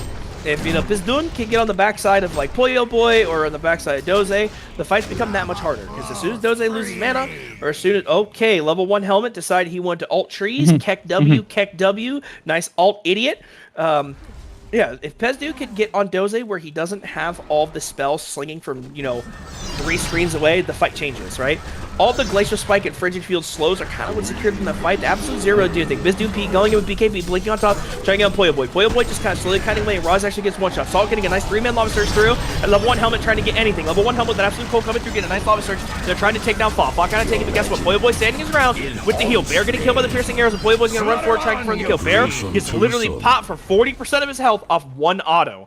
So again, that engage was really good, but what happened? Doze just sat in the background, put down Frigid Field, absolute, you know, cold, throwing down a, you know, Frigid Freeze on the old Folly Wally boy, a nice flash freeze with Glacial Spikes, and they pick up the kills. And now you're seeing just the team fight, right? The raw potential. Poyo Boy survives. What does he do? He literally turns around, pops Elder, pops BKB, starts swanging, starts healing and killing everything. And guess what?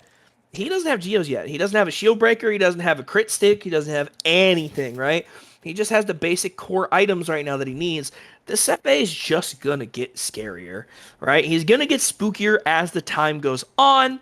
However, if Fall can get on top of him, it changes, right? It changes. Yeah. But we will see what happens. And if Fa did get the Shrunken Head over finishing the Geometer's Vein, I think he probably would have got to Forsaken, but he got locked down. You know, and Pharaoh's just been doing a really great job locking down the Mage Vein as well. Like, the first, 2 fights ago, Pharaoh locked down the Mage Vein. Hellborne won that fight. Then Mage Vein got pissed, got that double damage, got a kill, pushed up in a 5v4 scenario, and they still lost against Hellborne in a 5v4 scenario where they shouldn't have. And it's because they were very aggressive and didn't have... Only Mage Vein had the Shrunken Head. They should have had a second one, in my opinion. But that, when you ask me, you know, what item should they get, that's why I said it. I agree, but we need to take into consideration is, you know, as higher TMM players, right? When you're looking at higher TMM, the reason why higher TMM games are judged differently compared to, you know, low bob games like, you know, Jocks at 1400, the difference is that lower teams don't know how to push leads and they don't understand timings. Comparatively where, again, TGT has an FA. She might Hold that thought. Saute's in trouble bottom if you want to take a look there. Oh, no, I think Saute's okay. He's just going to run. But again, you're on a timer, right? Yes, you have Fa who's playing Tremble, where Tremble's a crazy carry, and he could do a lot, but the problem is Fa needs ground to play on, right? He needs to be able to stand still and orb walk and kite on people to hit, right? FA just has to be in the right position. Doze has to be 2 screens away. That's all it is. So the problem is they're trying to push their lead and their gold advantage and their timings because they're also on a timer, right? If FA and Doze get too big to a point, it doesn't matter if they have BKBs or not. They're not going to be able to survive the fights. If they can't kill the Monarch and they can't kill the FA and they can't kill the, you know, Doze, right? They kill the Alonia, they're not going to be able to fight. And the ability to have Raj just throw his body in like a mortar off Wrath of the Pharaoh, or, you know, level 1 helmet being able to just PK forward and Lava Surge is a huge, huge deal, right? And Sir Garibaldi III, nice fucking break. Oh no! Okay. Pizdoon got blocked off by creeps, by the way, in the jungle, so she couldn't kill Monarch. And they don't. That's unfortunate. That would have been a good pick for them. Now, Forsaken's not gonna die. She's gonna run away. They don't care. Or she just mans up and kills everything at this point. Yeah, possible. Before, Poya Boy was down a level on Fa, but now she's up a level on Fa, so... Yeah, and again, it's like we talked about. The flash farming, right? Gucci, it's like the big thing is the flash farming that, you know, FA has the ability to have at level 6 through 8 is just ridiculous, right? You get a Hungry Spirit, you have some split arrows, you have a point of Wrath, they're called the Dam, right? You have some split fire action going on. The team build rot. Oh, okay. Oh, around the fair going on top of Fervor. Fervor actually gets picked out by a Lava Surge, but he actually gets pushed out by a tablet. The Crippling Claw coming through, Foil Boy popping PvP, just trying to split arrow through. Fervor actually getting healed again, and Pizdude actually blinking on top of Surgery Ball with the Crystals, but it doesn't matter. Roz actually getting picked out by Pizdude. Pizdude gets it all, comes through. Salt with a nice Lava Surge from the corner, picking up Poya Boy. They're actually able to kill Poya Boy. All the spells are right. Fall TP'd out, came back in on the mount, level 1 mount, trying to get anything going on. Trying to tablet through, actually picks up the kill on Salt, but Pizdude TPs and gets the kill again. A buyback on Bear to come in to see if she's going to try and make a teleport play. Doze gets tableted to actually cancel his TP. Now Sante has a chance to chase Doze through, and Doze doesn't have mana, so Doze is in a bad way. As Zeal Dot's coming through for Doze, but his dude TPing forward, and Fa has a mound. Fa just comes digging through, and they pick up the kill. So the lockdown there was pretty good and strong. However, the tablet on Fa to save him from Mummy Wall, to stop him from getting burst, allowing him to TP out and then mounting back in the fight was huge. Foil Boy was just, you know, he started manning up, playing his own position, trying his best. They didn't have any spells for him. He just sat there trying to auto, and Fa went out, came back in, and pretty much killed him in 4 attacks. Saute throwing down the Undying. Fa just couldn't play the game, right? Or sorry, FA couldn't play the game. Foil Boy couldn't play. So that fight was kind of bad, and again, Pizdude got to do exactly what he wants. He got to get in the fight, get out of the fight, get in the fight, get out of the fight. Bashed up FA once, they, you know, sent him back to the respawner. So that fight was a little bit sloppy on the side of TGT, right? A little bit sloppy. They got a little confident because they're coming back at the game to try to make a play on Fa. Fa's a tanky boy. He is not easy to kill at this point in the game. And they paid for it. Yeah, he's very slippery. When they initiated on him, they didn't time the stuns perfectly. it was kind of like Pharaoh ultied and Magnus stunned at the exact same time, and not chaining those stuns can be, you know, detrimental in a time like that. And that, like you said, that tablet, perfect. I'm not sure who tableted, if it was an Amphora or if it was Magnus, but yeah, someone tableted him and he was able to tablet. It might have been the Nymphora. It might have been the Nymphora. I don't actually know. However, I have been told that it is post-haste gaming. Or it's post-haste gaming, not TGT. However, they don't buy post-haste, so they're TGT again. I am not telling them. What? What? Oh my goodness gracious, what happened? I was talking to the boss man. Wait, Roz stole Kongor? Wait a minute. I think Roz is hacking. I'd like to report Roz, please. Someone file a report. File a report on Roz. Oh, no way. Big steal. Oh, wow. I'm up here talking smack. Oh no, Roz actually walks downhill, gets peeked out, Pizu TPing forward on top of Poyo Boy. Poyo Boy has to pop the BKB, try and get out. Cleansing Wind doesn't go through. But guess what? Level 1 helmet trying to get any lobster surge to save. Mummy wall down.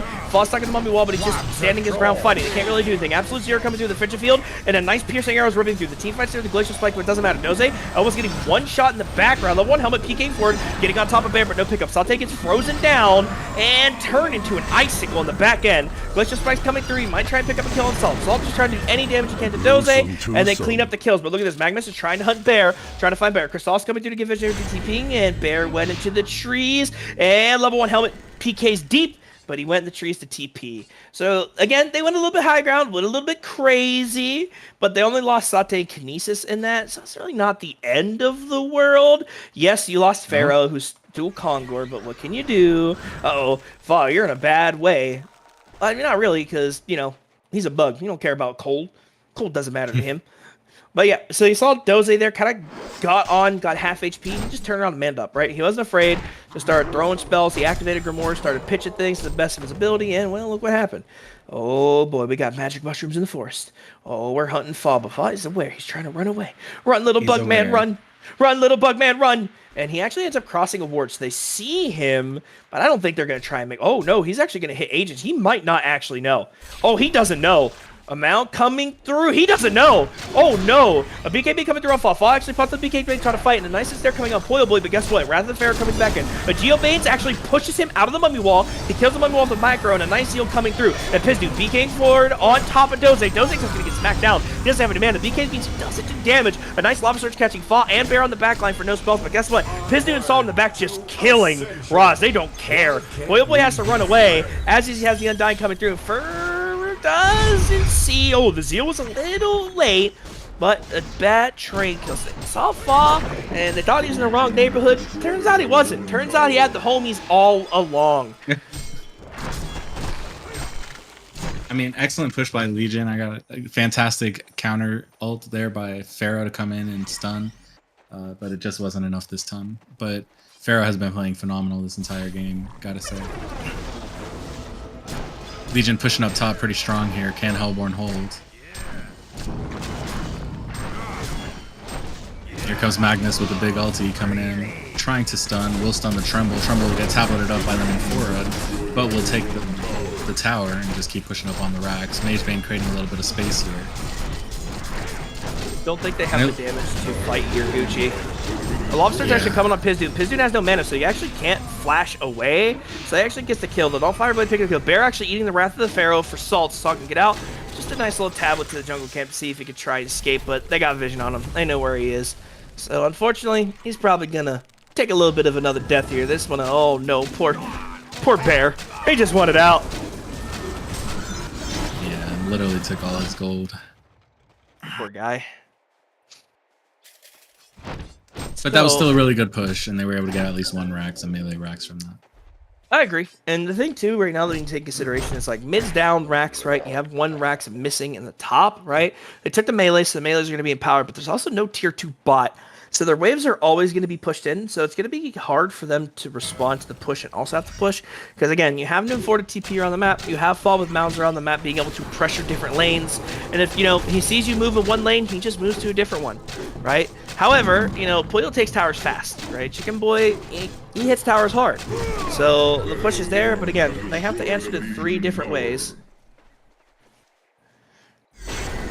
Yeah. Oh no, Hellborne- Diabetes on his own account getting banned again. Oof. Hellborne's in a very sticky situation now, and I think they're trying to play aggressive we're trying to play aggressive while Legion had 2 down, but now it's back to a 5v5 scenario. So I wonder how they're going to try and do this. It looks like they have a strategy in mind, and hopefully it plays out. The biggest problem for them right now is that they have to get, if they get a good fight, right? If they get a good fight and they get a good push, or sorry, if they get a good fight, they get a good team fight, and they kill, they have to push, right? They have to turbo push one lane and try to end. They're not going to be able to really counter push or keep any lanes out because of the way that Foss playing and the way that Tremble has, you know, the ability to activate anywhere on the map. So you're running into a situation now where they have to stick as 5 because they have to fight as 5, but at the same time, if they pick up any kills, they have to go together, right? If they pick up a kill, they have to push together, they have to go together. The thing is, Fall literally could just AFK side lane and they'd always have to answer, and if he pulls anyone off the map, that gives his team the ability to play in a lane that they can't be in, and they'll be down in numbers, right? The way that they're pulling pressure off the map and crashing in against the, you know, high ground or the towers is really, really strong. Because, you know, if they don't answer, they push the base and win. If they answer and, you know, they get caught in a bad team fight, it's a lose-lose, right? So they're basically just slowly trying to set up a trap to make them make a mistake. Now, FA does a lot of damage to towers, right? We saw the pushing potential is there. If they can get one fight off a really good push wave and make something happen, they might have to just burn buybacks, and if they burn buybacks, guess what? They just might lose. Like they burn buybacks and they kill Post Haste Gaming, they just lose. So they're in a real weird spot. I think that by getting both Kongors, that it's giving them a little bit of hope here. Like, even though they're down a little bit of racks, and even though they're down a little bit of levels here, or in gold here, they have more experience and have more kills. And so with both Kongors as well, I think, you know, that Hellborne still has a slight hope here. And what I'm noticing is that Forsaken didn't pick up any like real damage items, just kind of went focused on agility and, you know, wingbow for evasion. And so I'm not sure if that's going to pay off at the end. Of all carries, it does work most on a hero like Forsaken because of her split fire, but I don't know if in the late game if it's going to pay off. I'm also noticing that Legion didn't pick up any super heavy damage items either, so we'll see. So the big thing, if you take a peek at their mage bane, right? Their Kinesis is going Hellflower, so that's going to be a pain to deal with, right? But if you take a peek at Pizdion playing, you know, the mage bane, he has Oblivion Hammer now, right? His whole goal is to either get on top of Poyo Boy or get on top of Doze and just Oblivion Hammer them into just like Meanville, right? His whole goal is literally to just Abyssal Blade, if you play Dota, or Oblivion Hammer, and get that 1.5 second stun on anyone, as long as it's Doze or FA, right? That's what he wants to get on. Then you have run the risk of him bashing you while he's fighting. Now, if you also look, Fa has a PK. Fa could come from Fa, get a nice and stare off, and just fight, right? So it's like you're running into a situation where the team fighting is scary now because Doze and FA, even if their positioning is good, they still can get caught off cheesy angles, right? They're actually trying to hunt them for it. Dust coming through, Doze actually getting a nice little freezing field and a flash freeze and a frigid field, a nice freezing field as I like to call it, and they pick up the Nymphora kill, right? But take a look at the lanes. You have Pizdion pushing the mid lane, you have Fall just mounting around, actually getting got on right now by a Lava Surge trying to get out. And South Force is just hiding in the background. Fervor just trying to auto any of the mummy walls, but guess what? The 50% damage debuff, it was enough to keep him alive. A nice tablet forward with a little lobster to pick up the kill. Fervor actually gets the PK out because the Yules from Salt is just enough to save it. So they actually save him in the process. Salt gives his life with a really good Yules to save him. He lands and gets the PK out. No problems, no issues. That was scary. Again, 50% damage debuff from not being inside Dark Swarm is literally what saved his life. FA's damage cut in half is literally the whole reason he lived there. Kind of crazy if you think about it, right? Because, again, like you said, he didn't really build damage items. He built survivability, right? He went BKB into Wingbow. He just wants the evasion. No shield breaker, no crit, no Genjiro, nothing like that. Now, I'm not going to say if the items are different that they get that kill there. However, you know, it's like you said, no damage items makes it hard to kill. 50% damage redux, kind of a big deal, Gucci. Mm-hmm. And on a carry, I like to see damage. I think it makes it more fun and hard when a carry gets damage because it's like more risky, right? Like agility is kind of the safer bet with the stats. Without the stats and going more damage, it's a little bit more risky, but you do more when you're in there. And if you can survive, it can tend to pay off more. However, when you see a hero like Forsaken, you tend to generally see the Nullfire Blade first because of the mana drain. And then additionally, they tend to get, you know, Wingbow, Geos. And they're not bad items, but it's just when you rush an agility item and then stagger it with an additional agility item on a carry, you're not getting that damage item. You're not utilizing and taking that risk of getting that damage early, and it's kind of your job as a carry to do that damage. And so I like to see damage early. I play with damage early, but different people have different play styles, and I respect all of them, and I try and work with them. It's just good to know which one they're going so that I can also get items accordingly. You know what I mean? I agree. And the thing, too, is like, Doze being able to play in the back line and be able to throw spells and everything kind of stops FA from having to build those items. And I understand why she went the Wingbow, right? She kind of, like, yes, damage is nice, but specifically for this game, when you have the in-snare coming from Fall, even if you get Crystallis, if you get Yules, if you get Tableted Out, whatever the case may be, even if she has raw dog damage, she still very much is in territory to get one shot, right? If Pizdoon gets on top of her with Oblivion Blade, she's very much in the territory of just dying right then and there. So I understand the itemization of wanting Wingbow there because it makes you a little bit more safe. It gives you a little bit more agility, a little bit more movement speed, a little bit more to play around with, right? And you do get 33 agility, which is kind of big, right? You know, the damage is neglectable, whatever. You do get a little bit of armor from it, right? Like FA is sitting at, 21 armor. So her armor's there. And but still, she can still get one shot. She only has 1900 HP. She did just pick up a Rift Shards. I would much rather see Shield Breaker here, and that's just personally me. Yes, the crits will help you kill the squishier supports, but you're killing them in 3 autos anyways. I'd much rather see a Shield Breaker. The reason why is because if you lower the armor, even if you're getting the 50% redux on the damage, if you lower the armor enough, yes, the damage resistance is still kind of a thing, but it's not as much, right? Because if you look at Shield Breaker 3, if I remember correctly, at max shield break, it's 8 armor you lose, right? It's 8 armor that you lose on max stacks. So I think Fa only has 16 armor right now. 18, 16, somewhere around that range. So you'd be half that armor, right? So again, it wouldn't be the most OP item, but it would also help them punch through Dark Swarm. Because that means that, you have a little bit more of a chance. With less armor equals less damage. So, or less armor equals more damage in the long run, right? Yes, crits are kind of a lot of more damage up front, but if the crit is still half by 50%, you're having the same damage anyways. You're not having the same damage anyways that you'd have a shield breaker. It's still Hold that less. Thought. Oh, never mind. There was just a little bit of hunting, but Magnus got out. They scout each other on wards. I'm gonna have to disagree with you a little bit there, Coach. I think that going crit shards over Showbreaker here was the right move on Forsaken this time. I'm not sure, but did the crit shards work on the archers?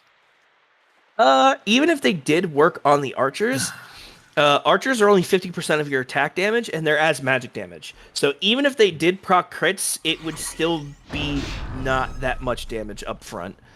It would be way less than if you just had Shieldbreaker. Shieldbreaker makes your Call of the Damned do better. That's why Shieldbreaker is strong on FA, because Call of the Damned procs it better, even though it's magic damage. It's still reducing armor and gets the effects of reducing armor. Comparatively, where if you have Rift Shards, even yes, if they do crit, which I don't know if they do, I think they do, but even if they do crit, it's changing the crit from physical damage to superior physical damage to magic. That doesn't really help you in the long run, but I get what you're saying. I like the crit. I think it was a good choice, but we'll see if it works out for them. Legion should have this in the bag. I mean, they're down by 4 kills, but with the racks that they've got and with the late game heroes that they've got, I do still think that Legion should take this one. But if Hellborne plays, skilled enough, maybe Legion anything's possible. Is gonna start probably pushing up here and trying to get that other racks down so that they can start pushing bot. Plus, if you're taking a peep at the items right now, that's a Hyper Cleft, or Warp Cleft, sorry, Hyperstone for Dota, Warp Cleft for HoN. That could be turned into a multitude of things. That might be a demonic. If that is turned into a demonic, then the argument of Shieldbreaker Rift Shards gets a little bit more in my favor. Just because, again, more armor on the field. So I'm interested to see what that turns into. I also know that if Dutch is watching right now, he's creaming in his pants because Newerth still has a wind whistle at 42 minutes in the game. He still is wind whistling it up. I know that Dutch is... We all know Dutch loves wind whistle. Let's not... He literally has an account named Wind Whistle. So, take it how you Wind want. Whistle is a great item. Even I play Midwars all the time and I get it almost every game. So I think it's worth it for 200 items to get, for 200 gold to get that additional speed. I think it's well worth it. So he's very smart for that. I agree. So again, you're seeing that the teams are kind of avoiding each other right now. They're not doing anything too crazy. And the reason why is they're in a position, if any team gets wiped or any team gets, bopped and buys back, that can lose either team the game. So what's happening right now is that, team Magebane one got caught by Pharaoh ult again.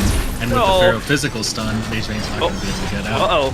Look at this. Tremble Bob's actually in. manning up right now because he came through a mound. A Zeal coming through, stunning Poyo Boy, but a Glacier Spike's not going to do anything. He still has BKB on. A Glacier Spike actually tags Fervent in the end of Manta to try and break the slow. Can't get it. Another little Frigid Field coming down, and a PK forward by Doza to secure the kill on Fa. So you see there that, Magebane kind of got a little bit, aggressive on the waves, like we were saying. They wanted to push out the waves. They were prepared for it. They set up a trap, and Fa came in through BKB and started just kind of trying to go ham. And you saw Fa missed 2 auto attacks in a row, hit an auto, missed another auto attack. Wingbow made that difference right there, right? Oh no, Salt taking the Lava Surge, going to Lava Surge over the wall. I don't think they're going to chase under tier 2 tower. Steam Bath tries to figure out what's going on. He just Steam Baths to disjoint anything that's come through. Lava Surge is out. They're just trying to get a hunt for a second kill.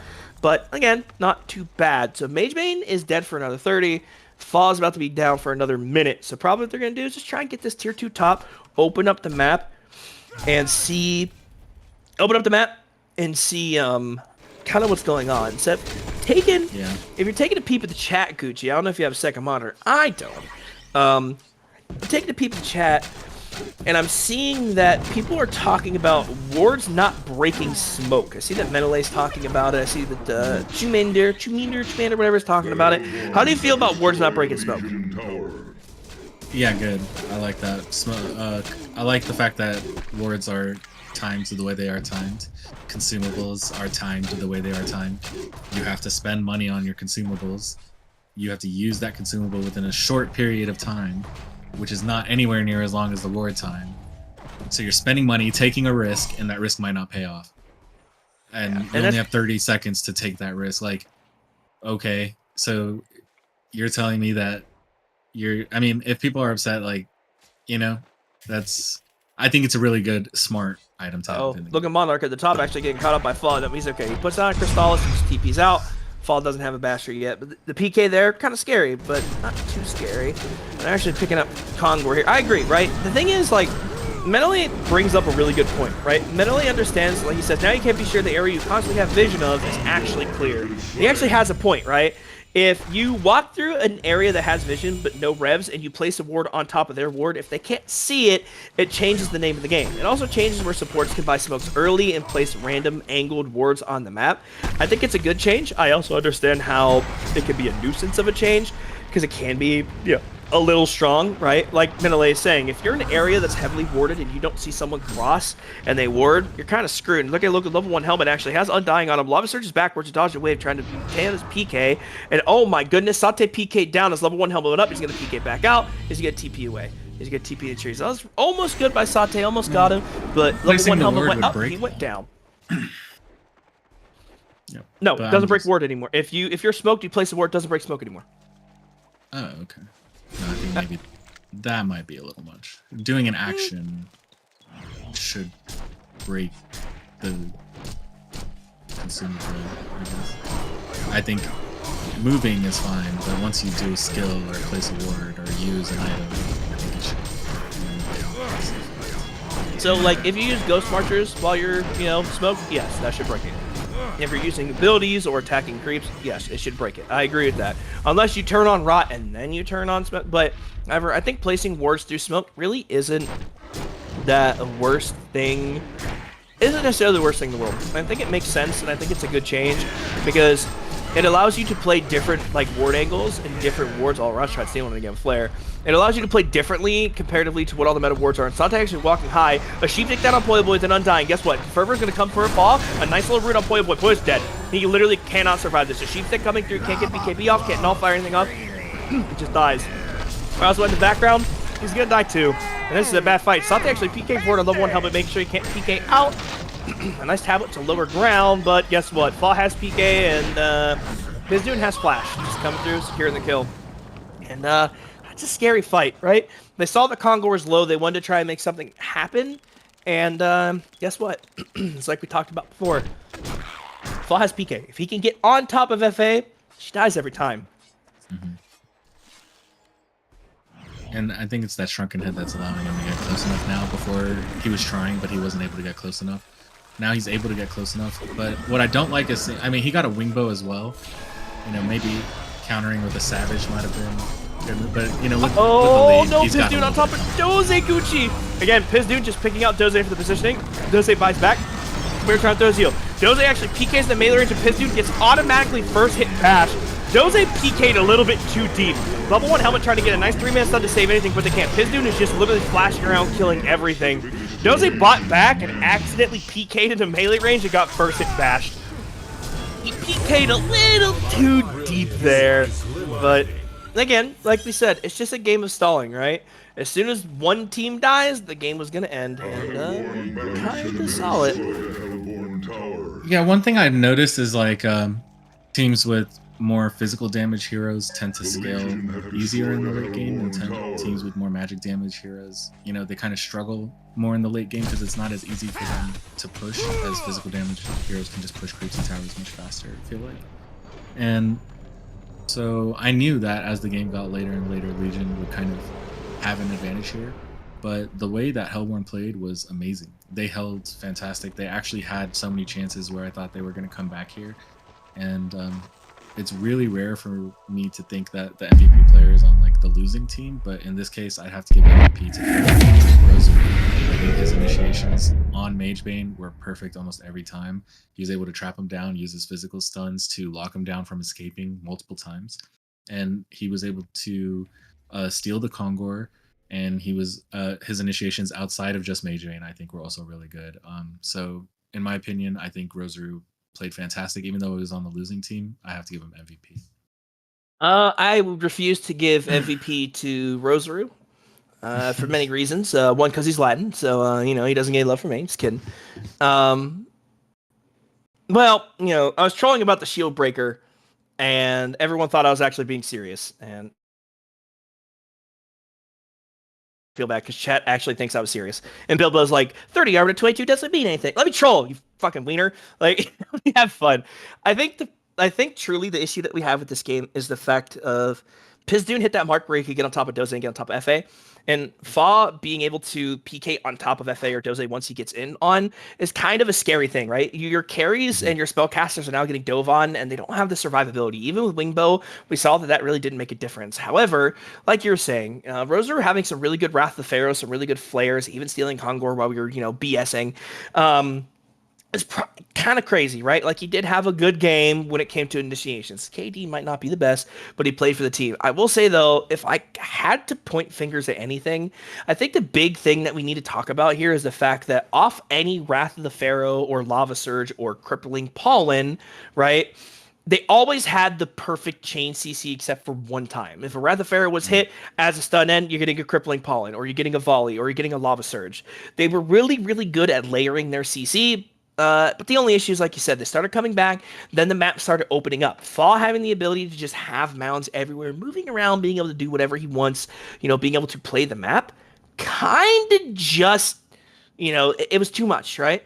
The pressure was too much, the push was too much, and you're kind of running into a situation where they're getting choked, right? They're getting choked of oxygen, choking of life, and it's on Hellborne for Post Haste Gaming, PhD, to make a play like that, right? They have to make a crazy Hail Mary play. They either sit in their base and get choked out, lose, or they make a Hail Mary play and they don't win, but they might be able to match racks. That's what that Kongor play was, right? Razu shot the flare uphill, they got a team smoke, they pushed up, and what happened? Poyo Boy literally walked into Willard South Forest, he got chicken sticked, and he turned into a sheep, and they just killed him. So it's just, it's one of those things where they needed to make it happen, right? But it still was a good game.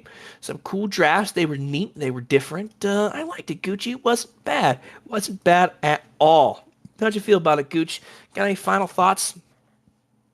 No, I think all in all, both teams played fantastic. And, shout out to Legion for winning that game and for Hellborne for playing fantastic. Even though you didn't win, I thought it was a really, really close game.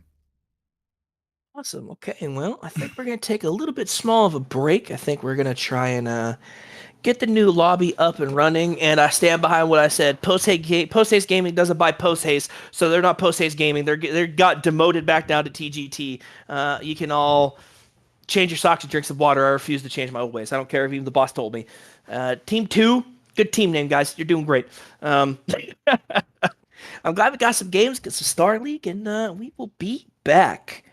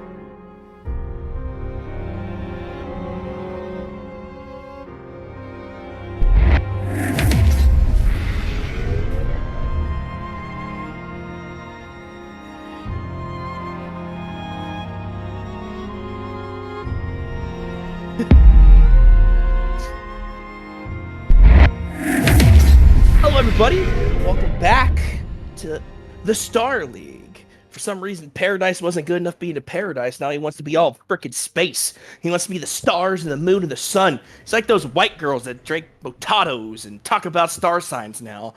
I hate it. But we got a pretty good game there, Gucci. We saw some different drafting. We saw some new heroes. We saw some new ideas. And it was a fun game. But we kind of saw the deficit of when, Post Haste Gaming sadly was choked out and they're stuck in their base.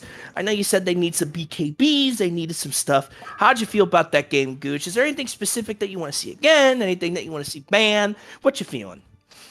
I would like to see both teams having a little bit more of an even physical and magic balance with their picks, so that I guess both teams can push at the same rate. Last time it felt like one team, as the game got later, would get more of an advantage because they had more of a physical domination. And so I'm hoping that both teams have like more of a balanced pick when it comes to their physical and magic abilities this game. Okay. I like it. And that's the thing too that someone kind of pointed out in chat, was that when you're looking at the side of Team 2, the best team name ever, clearly, is that, they had a few more carries, air quotes, on that side, which, is a weird way of looking at it. But they did have the stronger heroes. It's kind of, South Force is just one of those heroes where the dude could be 0-19, griefing your game, inting down the mid lane. But if he presses R on somebody, it doesn't matter. He's doing his job, right? And that last fight we saw in the Kongor, where FA kind of walked uphill and they broke each other's magic mushrooms, they broke their smoke, he kind of just got sheepstick R'd and he just fell over and died. And the fact that Crystallis can't heal him or anything else, even if they had Astrolabe or anything, he's just kind of dead, right? So you're running into a situation where that pick is just too good, right? It's tanky, it does what it needs to do, and it's just a nuisance, right? You had a good tab with the cancel TPs and whatever, so it is what it is. But we're getting a Nymphora ban, which I like a lot. I hate Nymphora. All my homies hate Nymphora, that stupid fairy flying flapping wiener. Bushwhack ban. I see why they banned Bushwhack. I saw Lucius play Bushwhack once during the tournament, and he was spamming it in pubs for a while. That hero is nuts, especially the change. Gladdy ban on the side there. Gladdy's one of those heroes that just has a lot of utility, right? He has a lot of different builds, offers a lot for his team, but the big thing is, X marks the spot if you're a Kunkka spammer, Showdown if you're a Gladdy player, whatever you may be. You're running in a situation where, being able to send your teammates back to base to fully heal or, restore your bottle, TP yourself out, TP back in. The ability to choose a carry and you're saying, you're dead now, right? That's super huge. I get it. Scrap is the annoying hero. The ability to just play the map, heal your creeps, throw out Vorax, throw rats at people, throw a stick, whatever you want. And we get a first pick Engie challenged by a first pick Chipper. How do you feel about these picks right here? How are you feeling about the old Chipperoni and cheese and Engie Wengie? Well, we saw them earlier today. Both played excellently. And Kraken, it was actually Kraken against Engie, I think, in the last one as well. No, actually, I think in the last one they were on the same team. But these two picks, they're getting picked up, I think, often. Same with Chipper. And I think Kraken more because of the new changes with the ulti. Okay. Magmus. Monarch and Magnus have both also been picked up recently. So we're seeing a lot of this repetitive picks here. It would be nice to also see some new picks, hopefully in the next match, but let's see. Okay. Sorry, I pulled up my spreadsheet. I pulled up my spreadsheet to see heroes that are picked and heroes that are very common. And, Monarch is definitely on that. Magnus is on that. Kraken's been on that as recently. We've seen a fair amount of Chippers. Engie is a pretty common pick. Again, these are all heroes that we're used to seeing, right? A Lord South Forest ban followed by a Kinesis ban. I do not blame the Lord South Forest ban at all. That hero is annoying by all means. Again, the hero offers the hero offers so much just on the team fighting perspective that he's a nuisance, right? You just press R on somebody and they just die. Like, let's be honest here. You press R and you say, "Ha, you can't heal or regenerate, dummy, die." And it's like neat. Dark Lord's presence stealing health regen is also kind of annoying too, right? So the hero specifically made just to smell and be a pain in the butt. So let's see. I'm trying to see. What do you think they're gonna pick third? Because they have a Kraken, so that will be Doze. I'm assuming that's going to be Doze mid lane. If I had to guess, that's Doze mid lane. I'm going to say Mr. Chipper, because I'm going to say that's probably going to be level 1 helmet hero. So now I got to think of Sir Garibaldi and Poyo Boy and Netherland. I know that Netherlion, whatever you want to call it, played carry last time. He played Raw. He played carry Raw as last skin I saw. He had a pretty good performance. So I don't know what they would want to draft for him. Because I don't know if he's going to be playing carry or long. Right? Because I don't know. It's hard. So, on top of just a good balance of physical and magic, what you also want to see is a lot of lockdown, right? Like, how many stuns are you picking up right off the get-go? And you'll notice here, Hellborne has picked up quite a bit. They're ready to chain those stuns together. So I'm hoping to see on Legion's side a little bit more stun so that they can combo, chain those stuns together, and lock down when they're hunting. We'll see what they end up picking up. My biggest thing right now is like I know the Poyos played Hag before. I don't want to see a Hag here. I think Hag would not be the best. If I could get like an option, Blade Rider. Okay, I was gonna say it. I specifically was gonna say I want to see a Plague Rider, but that's just because I like screaming Plague-oo. Jeremiah. Okay, there it is. I was gonna say before I got cut off because of Plague pick, I got excited. I'm sorry. Yep. And it's give before that Plague Rider pick, I always meme and say I want to see Plague Rider or Snail. Those are the two heroes I always want to see because they're just fun. So, again, you're good, buddy. I meme about the Plague Rider pick all the time, but it's always fun to see. And then we're also getting picked up by Jeremiah. So Jeremiah just, the hero got buffed a lot. I know Dutch was talking about it before. I don't really necessarily know the buffs. However, Inner Light being able to just smoke somebody up just like out of the blue for a 360 damage nuke and heal your teammate for 360 yourself is super huge. Protective Charm, literally removing debuffs and giving you a free BKB or Bakuba, if you will. And, the movement speed is whatever. That's super good. Righteous Smite, not really so much. Soul's Blessing, just, popping it, and you're granting everyone 60% reduced damage. You're granting them 14 strength, 7 seconds, 25 health regen. That's super big for the team fight, right? Now, you're running into a situation where they did pick up Ravenor, and Ravenor's probably going to go on the side of Fa, right? I know that Ravenor's been getting picked here. Ravenor does a lot of magic damage and superior magic damage, so it really necessarily doesn't matter, but it's still a pretty scary pick. Satte's going to be getting a Hag pick here. Just a nice, safe off-lane pick, right?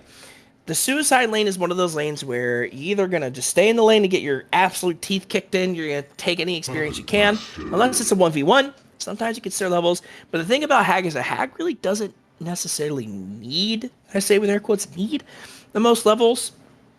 The most gold to be useful. She just needs levels. The ability to, clear out waves of Solar Scream and play around the map and blink in and out of fights, just kind of helping. You don't have the most nukes in the game. You're not the scariest thing in the world, but Flash of Darkness being a 6-second CD flat, no matter what level it is, it's pretty good, right? So it gives you the ability to put points in Sonar Scream, gives you a point to put it back, a point into Q, where you get a nice little dot. So it is going to be, as we were talking about, it is going to be a Doze Kraken mid. A Sir Garibaldi III is going to be playing the Chipper on the hard sport style. You're getting a Plague Rider pick up from level 1 helmet here, and you're getting a Netherland Puppet Master. So I do not like, and this is just me, chat, I do not like the Puppet Master changes. The reason why I do not like the Puppet Master changes is when the puppet dies, it just stays there and kind of just, hangs out like, get out of my house, bro. I always still hit it sometimes because I'm a goofball. I won't even lie to you. I won't even pretend like I don't. So that's the side of our side for post-haste gaming. It's a little weird split. They don't really have much hard lockdown in CC. They do have Puppet Master pull and Puppet Master taunt, but that's not really like hard CC, right? Yes, you do have the Pokemon move takedown on the side of Kraken for the Tsunami charge, which is a hard stun. And you do also have Release the Kraken, right? Release the Kraken pretty good and everything. 50% movement speed and restraint is pretty awesome. However, the center of it now being a lot better isn't immobilized, right? So you can't use movement skills, you can't blink out of it, you can't be tablet out of it. That's kind of nice, especially against a Hag pick here or something like the Ravenor, where if the Ravenor gets hit by a Kraken, he can't volleyball out, right? He can't ball lightning to safety. So picks on that side, pretty simple, whatever. On the side of Team 2, we have Fa playing our Ravenor, which you've been seeing a return of Ravenor as of recently. I personally like the Ravenor hero. I think Ravenor's fun. I like throwing volleyballs at people. You got the pretty much the basic Magnus, right? Welcome back, Gucci. You got the basic Magnus, right? Simple. You're just going to Lava Surge and stun. You're just going to roam, try and help waves. You got Salt playing Monarch. Everybody knows how Monarch goes. You literally just throw pollen at people. You stun them. Congratulations, you're playing the game. Sate, Wretched Hag, again, safe pick, simple pick. It's just going to want to try and play the map of Rome. And then you have Mr. Dutch Ownage himself on the Engineer, who's going to be supporting Jonas down here. So, we're going to look for Lava Surge Kegs or Keg Lava Surge, whatever you can get. Though Chipper matching this lane, there's a lot of magic damage, which is pretty good. So you're running into a situation where the magic damage from Salt, is kind of not as scary when it comes to anything on Crystallis side, as well as the Chipper magic buffer. So they have a lot of answers for everything. So they're actually going to put Doze, Gucci, up top against Ravenor with Salt. They're just going to give him that lane where he's going to suffer. They're going to secure Nede's farm on Jeraziah in the mid lane. Plague Rider's just going to want to stack the camps. And the thing about Plague Rider now, which a lot of people don't know, which is weird about this playstyle, is he's just going to deny every single range creep. What that's basically going to do is that going to make it easier for Nedele to freeze the wave or always have lane control, because it will always be pushing because it'll be range creep. So Nedele will be able to get that. Bot lane, it is what it is. Poyo Boy playing Puppet Master, throwing GameCube controllers and Nintendo 64 controllers at people. Serge Airball, he's just going to shoot rockets, put on shields. That's pretty much it. From a drafting perspective and a hero perspective, how do you feel? Gucci, okay, a taunt coming on Dutch kind of not being able to cake through, but Serge Airball ends up moving away, getting a kick to push it back in the trees. He's getting body blocked by Poyo Boy. He actually gets put down by an auto attack from Jonas, getting the kill. So there's, you saw it again. You saw the Lava Surge to K combo. Even with the taunt and Grasp for Puppet Master for the Puppet Show, the force attack, he still got enough time to pop off the keg and pick up first blood on the side of Team 2. So, Mr. Gucci, as I was saying before, I was rudely interrupted. Oh, Lava Surge coming on Poyo, but a magic buffer. It's not really that much. Again, I need everyone to calm down. Uh-oh. A volleyball on top of Doze. Doze getting volleyball with the double stun. Fall trying to body block him. Doze, Tsunami charging him in the tower, but he's still going to die because he doesn't get the body block off of the crippling pollen. That is a kill on the side of Fa. For the third time, I'm going to ask again, Gucci, based off drafting perspectives, who do you think has the better draft and has the easier path of victory to this game?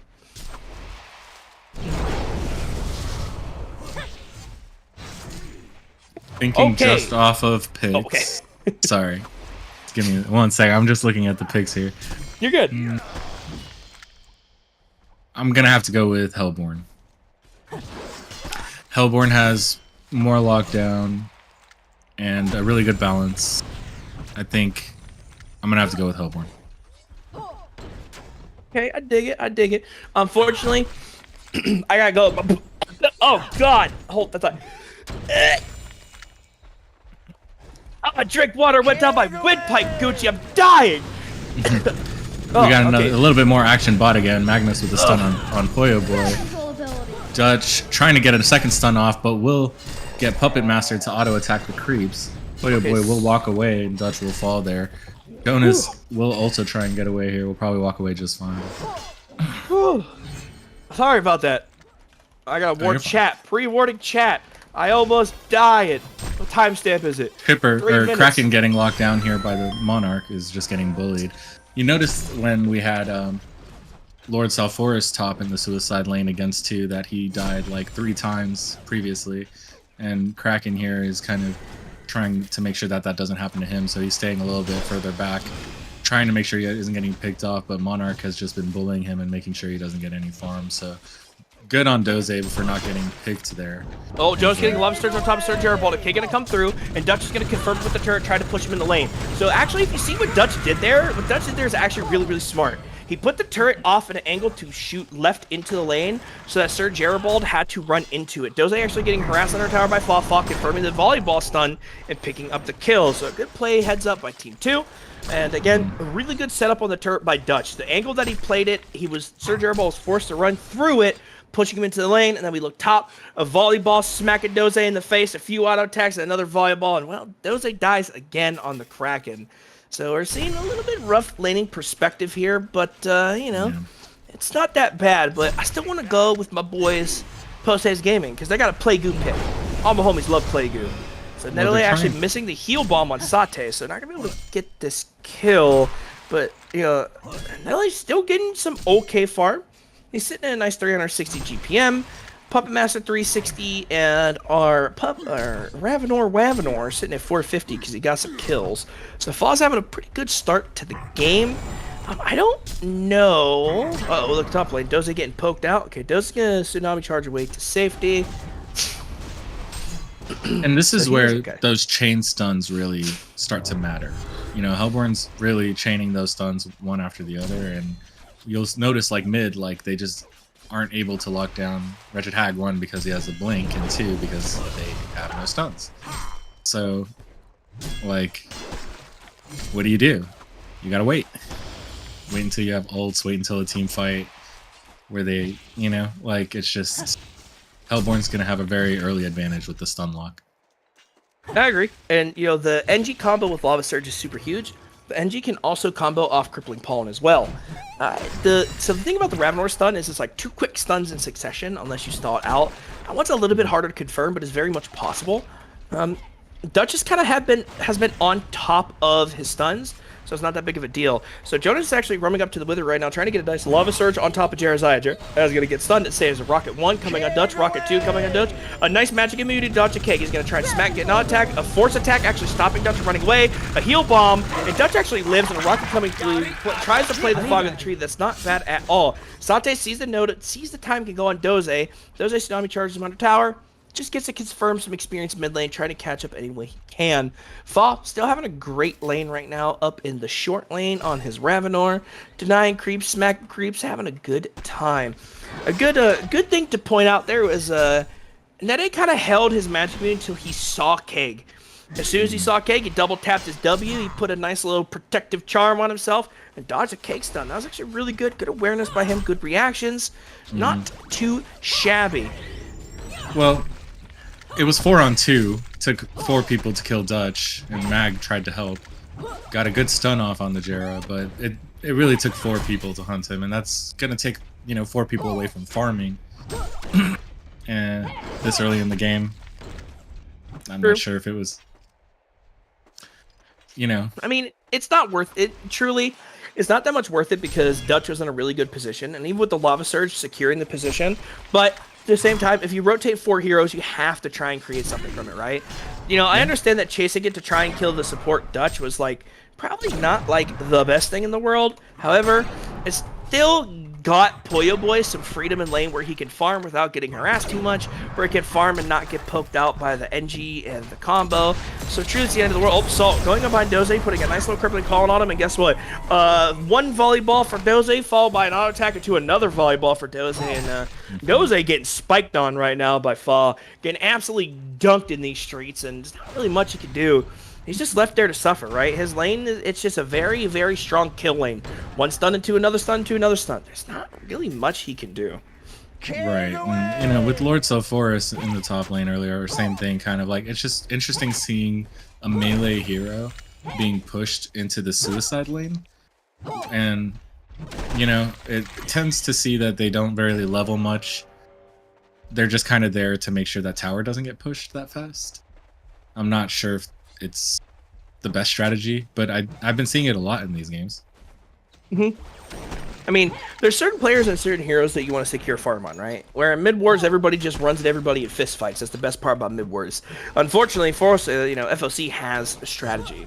And I think that's lame. TDM, fist fight me, bro. I W key everyone. But sadly, you can't always do that. The strategy is trying to secure strong lanes to secure farm and experience, and where you could sacrifice another lane or another player to try and just have them play from behind, right? That's just unfortunately the name of the game.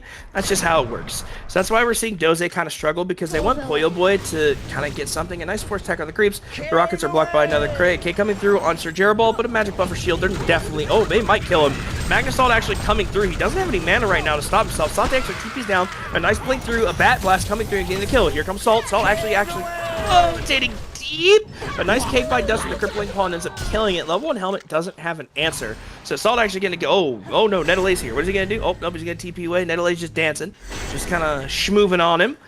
But, yeah, that's the thing. FOC has some strategy, right? We're okay with sacrificing somebody's lane and somebody's time to try and secure something else. So they're just trying to make sure that Jerizai gets farm and experience and secures. They want Pollo Boy to try and get anything he can on the Puppet Master because they really want him to get escalated to go forward. Now, he's not having the best lane now. That doesn't mean that it won't translate into the late game.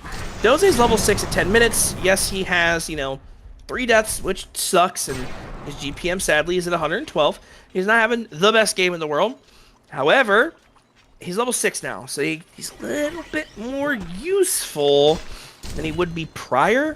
So, it does. I mean, it did work with Lord Salforest too. It's not like it doesn't work. It just kind of sucks for them. They just die early for a few. Yeah, and that is a 10-minute outbones for Fa. He has a protective amulet and tread. He has steam boots with a nice toxic claw. 10-minute outbones is very, very good. As far as pretty good, a force attack on Jonas actually making him hit. It actually made him hit the creeps, but unfortunately, with the new Puppet alt change, as soon as all the HP disappeared from Puppet Master, it wasn't enough to kill the Magnus, and he kind of just got off for free. That's unfortunately the way that new Puppet Master alt works. Once all of its HP is gone, it no longer does any damage. So, but volleyball coming through on top of Doze. Doze is going to get double stunned up. He's going to try and tsunami charge out, but he gets a crippling pollen. A Plague Rider alt coming through, but it actually doesn't end up bouncing. And Crystallis is going to come through on the Kraken. They're going to be able to pick up the Ravenor. If he had one more bounce, he's dead. But unfortunately, not so much. Good Ravenor. Dutch actually getting another kill on Pollo Boy bot with the Lava Surge coming through this combo. And Surge Airball can't stop that. A really good combo through our Magmus and our NG. And we're seeing the strength of this lane, right? The strength of NG Magmus, we know how it works. We know what it wants to do. We know exactly what they want to do before it even happens. And so it's not too bad. So how do you see Legion turning this game? I believe in the power of Plague. He buys a staff. He has the fattest R known to man. He kills everyone. I scream Plague Goo at the top of my lungs, and the other team FFs at 15. Oh, Nettle in a bad way. Jonas actually hits a deep Lava Surge, actually confirmed the kill, and he has more than enough damage. And Dutch hiding up on the fog in the high ground, hitting him with the cake, shooting him between the eyes. And Sate's having a good game. Sir Garibaldi the third is in a bad way. Missiles coming out on Dutch, stopping the mana, but he has a battery. Cake coming through, all getting charged through. Jonas Jones going to confirm the kill of Sir Garibaldi. Sir Garibaldi, even with Saw Blade Showdown, trying to cut him up, can't get the kill. And a nice crowd control ability, as he says. A nice little force attack taunt puppet show on Mr. Dutch Ownage. It picks up a kill, but it's definitely not worth it. They lose Jerizai, they lose Chipper, right? They lose Plague. It's not really worth it in their favor. And Fa has a free lane right now. This is something that we need to take into consideration. That Pollo Boy kind of has been struggling through this game, not really getting kills, kind of getting harassed, dying out, and Fa has no fear in the world. He's 2-0-2, nice 500 GPM, just comfortably playing the game, getting his items. He has a light brain, which means he's probably going to transition into either Grimoire or Dawnbringer, depending on what he thinks is best for this game. I wouldn't mind seeing a Dawnbringer. And he's just kind of slow rolling to victory at this point, to be honest with you, Gucci. He's kind of just having the time of his life. Yeah, I don't really see a way out for Hellborne for Legion right now. It's like right now Puppet did pick up a kill, which he desperately needed. He's going to need quite a few more of those to stay in this game. But the way it's looking, I'm not really sure how they're going to turn it. The big thing is that Puppet Show, Puppet Show is a really good ability. A force attack coming through, Rocket's coming through, but guess what? You're in a bad neighborhood, bud. Throw the kegs away and it doesn't matter. Okay, look, the Puppet's dead and Magnus just gets the stun off for free. It doesn't matter. They burn Saw Blade Showdown on the Puppet, but once the Puppet loses HP, the damage is gone. It's okay. The only chance they really has is if he gets a really good Puppet Show on top of the Ravenor, and the Ravenor kills one of the supports. If they can pick and choose their fights correctly in the regards of where they can, be able to get the good fights, there's a chance, but very slim at that. That's the biggest problem is, like you said, we don't have hard lockdown, hard CC, right? Oh, Tsunami Charge coming through on Dutch, but it doesn't push him on. A nice little field coming through, but Sate actually got pulled to the middle of the thing, so he couldn't blink out even though it was on cooldown. He gets punished. A nice Sate blink through Sonar Scream Bat Blast on top of Surge of Baldy, fighting with the energy field to get through. And Doze caught out by a nice little Jones. K going on Nettele. Nettele kind of stuck. And the volleyball actually getting the chain CC on top of the turret. Nettele can't cast heal, he can't cast R, he can't cast anything. He's just dead. A mini stun from turret, just enough for Ravenor to get the kill. Now, you're going to see the power of the 5-man death ball. Foz having a really good early game. At this point, they can kind of just siege and push wherever they want. I don't think they can stop him. It's 15 minutes of the game. Foz level 12. He's about to be close to level 13. Sate had a much better game this time. He has a gnomes with some steam boots and some treads, right? He's playing pretty good. Jonas and NG won the lane specifically how they needed to. They did everything that they needed to do to have a good early game. So now we're running into a situation of what's post-haste gaming going to do, right? They don't have the damage on Poyo Boy. They don't have the items. He didn't get an escalated front game like he did on FA. Sir Garibaldi III really doesn't do much of anything. Focus buffer is not enough magic, shielding to stop them from the full burst. So what it boils down to is what their eggs in the basket of post-haste gaming, where are they going to be? Was it in the Jeremiah? Was it in the Puppet? And if that's the case, how are they going to make it make sense? How are they going to make it work? Because right now, they're getting absolutely smoked. Fervor, nice ball coming through with a volleyball stun on Chipper. Chipper actually rocket, force attack coming through, but he doesn't attack the Puppet. Oh no. And Doze actually ends up stealing the kill for Poyo Boy with a Tsunami, but the force attack doesn't make him hit the Puppet because it ran out of HP. So he just turned smack down poor Chipper. Sure, Garibaldi had some pretty good jukes, had a good Saw Blade showdown, 2 really good missiles to cancel the autos, but it really didn't translate to anything. Now, we're running into a situation where, take a look at the GPM charts, and GPM charts still looking kind of whatever. Ravenor's still about almost 600, but Fall picked up a PK. He's wanting to play a little bit more active on the map and try and create pressure. He wants to start opening up the map with his team. He's wide enough into the game now where he can start cracking open and fighting with his team. He just greedily chased Sir Garibaldi. That's all it really was. He just kind of was having the time of his life just running in. Like, didn't care, no fear in the world, and he got punished for it. But, yeah, well, he tried to run away, but then I think when he got the puppet made him attack his... Okay, so Jonas just actually revealing PK, getting a Lava Surge on top of Doze. Try to body block Doze. Doze against Tsunami Charge shoot. Nettle's actually going to come up and heal, try and go 3, but Dutch is going to go on the back line, level 1 helmet, hit it with a cake, and Sante's going to blink it, getting a nice Sonar Screen to confirm the kill. Jonas is actually 1 HP, gets caught by Crystallis to save him, but Jonas is stuck in the middle of the Kraken also. He can't actually Lava Surge away. Nettlin popped his R, trying to run away. Oh, actually, it's a haste rune, so he's sprinting, he's running, he's sprinting. His legs go through, but guess what? Fervor confirms the kill with a PK, and Sate takes the kill with Sonar Scream. Report Sate, he's a kill stealer. That fight, kind of sloppy, kind of good. Plague didn't get to get his ult off, so it's kind of one of those things where he just dies right away. Voodoo Puppet, not the most damage in the world. Soul's Blessing, it's nice, it's a good spell with the heal bombs, but again, didn't translate to anything, right? The Crystallis save on top of the Monarch for the Magnus was super, super good. It kept him alive a while and long enough for him to use spells. But again, Kraken ult being restrained in the middle, couldn't Lava Surge away. So they kind of just died. But Dutch getting a pretty killer cake from the corner, hiding. In the corner, Plague Rider's actually going to get got on by Fall right now. He's in the jungle and he gets hit by a nice volleyball, gets taken down. And, GG, it seems. They're picking for fun, and just didn't work out. They didn't have their game. They didn't have the game they wanted, and that's okay. Sometimes you get drafts that are fun that don't work out. I would say Dutch played really good. Everyone on the side of Team 2 played really good. Sate had a really good game there. Jonas had a good game. Fa had a good game. Dutch played pretty great. And you see the strength, right? You see the strength of the very meta heroes, right? You see the strength of Magnus NG, right? Their access to Magnus NG, you see the strength of it. Literally, you get 1 point and click stun, followed by a Keg into a turret, you're not going anywhere. Or, a Keg from Fog getting a good stun confirmed into a turret, and you're getting Lava Surge. So again, that is what we call in the business a kill lane. You are not meant to serve that lane. You're just meant to be scared the whole time. They played it pretty well. They did everything that they had to play correctly, and they did good. Fall getting a really good game secured by the fact that he just a soloing against Doze. Kraken can't really challenge him on anything. If Kraken walks up to the wave, he gets crippling pollen and spit on by a butterfly chick with a bow. Can't really do much about that, right? And Sate was just playing Wretched Hag mid. Even though she's playing against a dual lane, he just maxes out Sonar Screen. He nukes the waves as they come up. He can't really get zoned off CS, and he kind of just has a pretty easy game. Not really anything they needs to worry about. They have no hard lockdown other than Puppet Show and, his Q. I can't remember what it's called. I'm going to call it Jawstring. I know that's not right. But, they kind of really just had a free Hag game there based off their picks. So I would say it pretty much ended how we anticipated, right? It pretty much is what we thought was going to happen.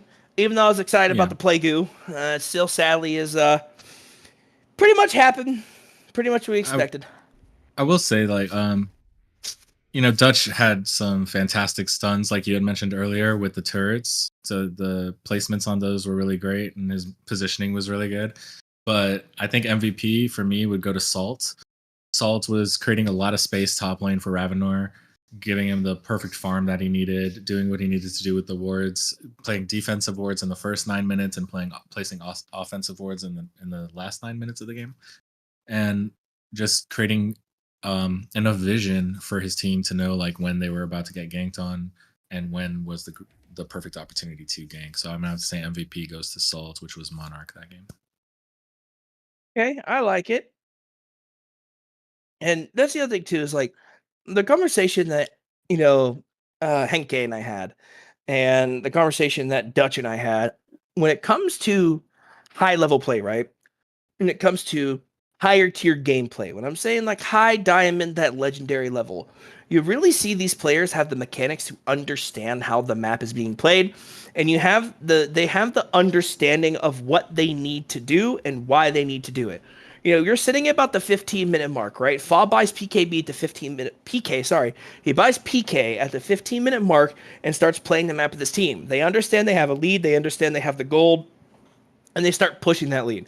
They start choking the map. They start playing in the enemy jungle, right? They're playing in the Legion jungle. They're making plays around the map together, just picking off with good fights. There's some solo picks here and there. There's a lot of chaos happening on the map.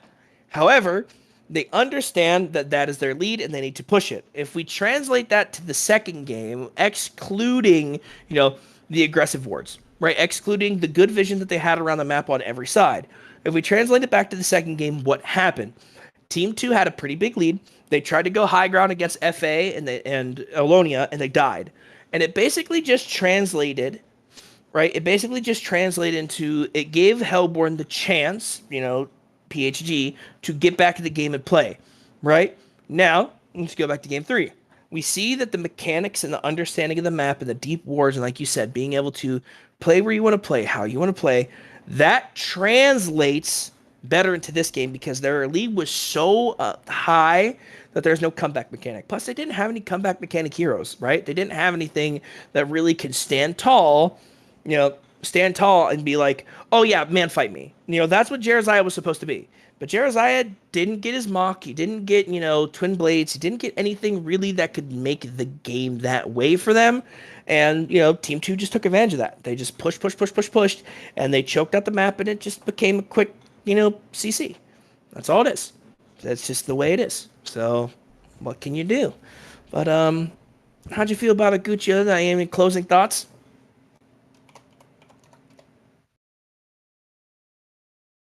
All right, everyone.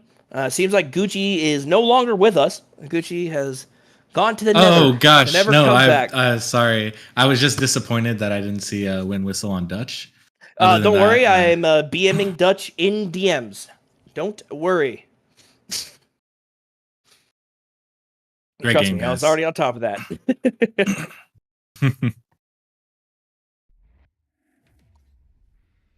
All right, if you're all you Paradise, go ahead. Do your job. Well, thank you to Coach and Gucci for the incredible cast, and thank you all for our viewers for watching. And today is going to be a shorter stream than yesterday. The players only want to play 3 matches today. But Thank you all for tuning in. This was the second time we do a Star League. It is actually catching on quite fast, which is something really nice to see. So we'll see how it becomes later on. So the plan right now, we will make this public later on. So right now it's semi-private, right? And the plan is that later on we'll hopefully have it into like the project Discord server, and then in the game itself in HoN it will become a queue. This is the idea or like the final vision of the Star League. So hopefully we will get there at some point. But for now, it's just gonna be some side games. But thank you all for watching and tune in tomorrow, which is gonna be the 28th, right, on 3 p.m. GMT, Saturday 28th, September 28th, 3 p.m. GMT for the 1v1 tournament, the first 1v1 tournament in the Paradise League. It's going to be tons of fun with Coach, and Thickles, I believe, is going to be the co-caster for that one. So tune in tomorrow, and then after tomorrow, on the 28th, for the other half of the 1v1 tournament. Thank you all for watching, and we will see you tomorrow, 3 p.m. GMT. Good night, everyone. Till then.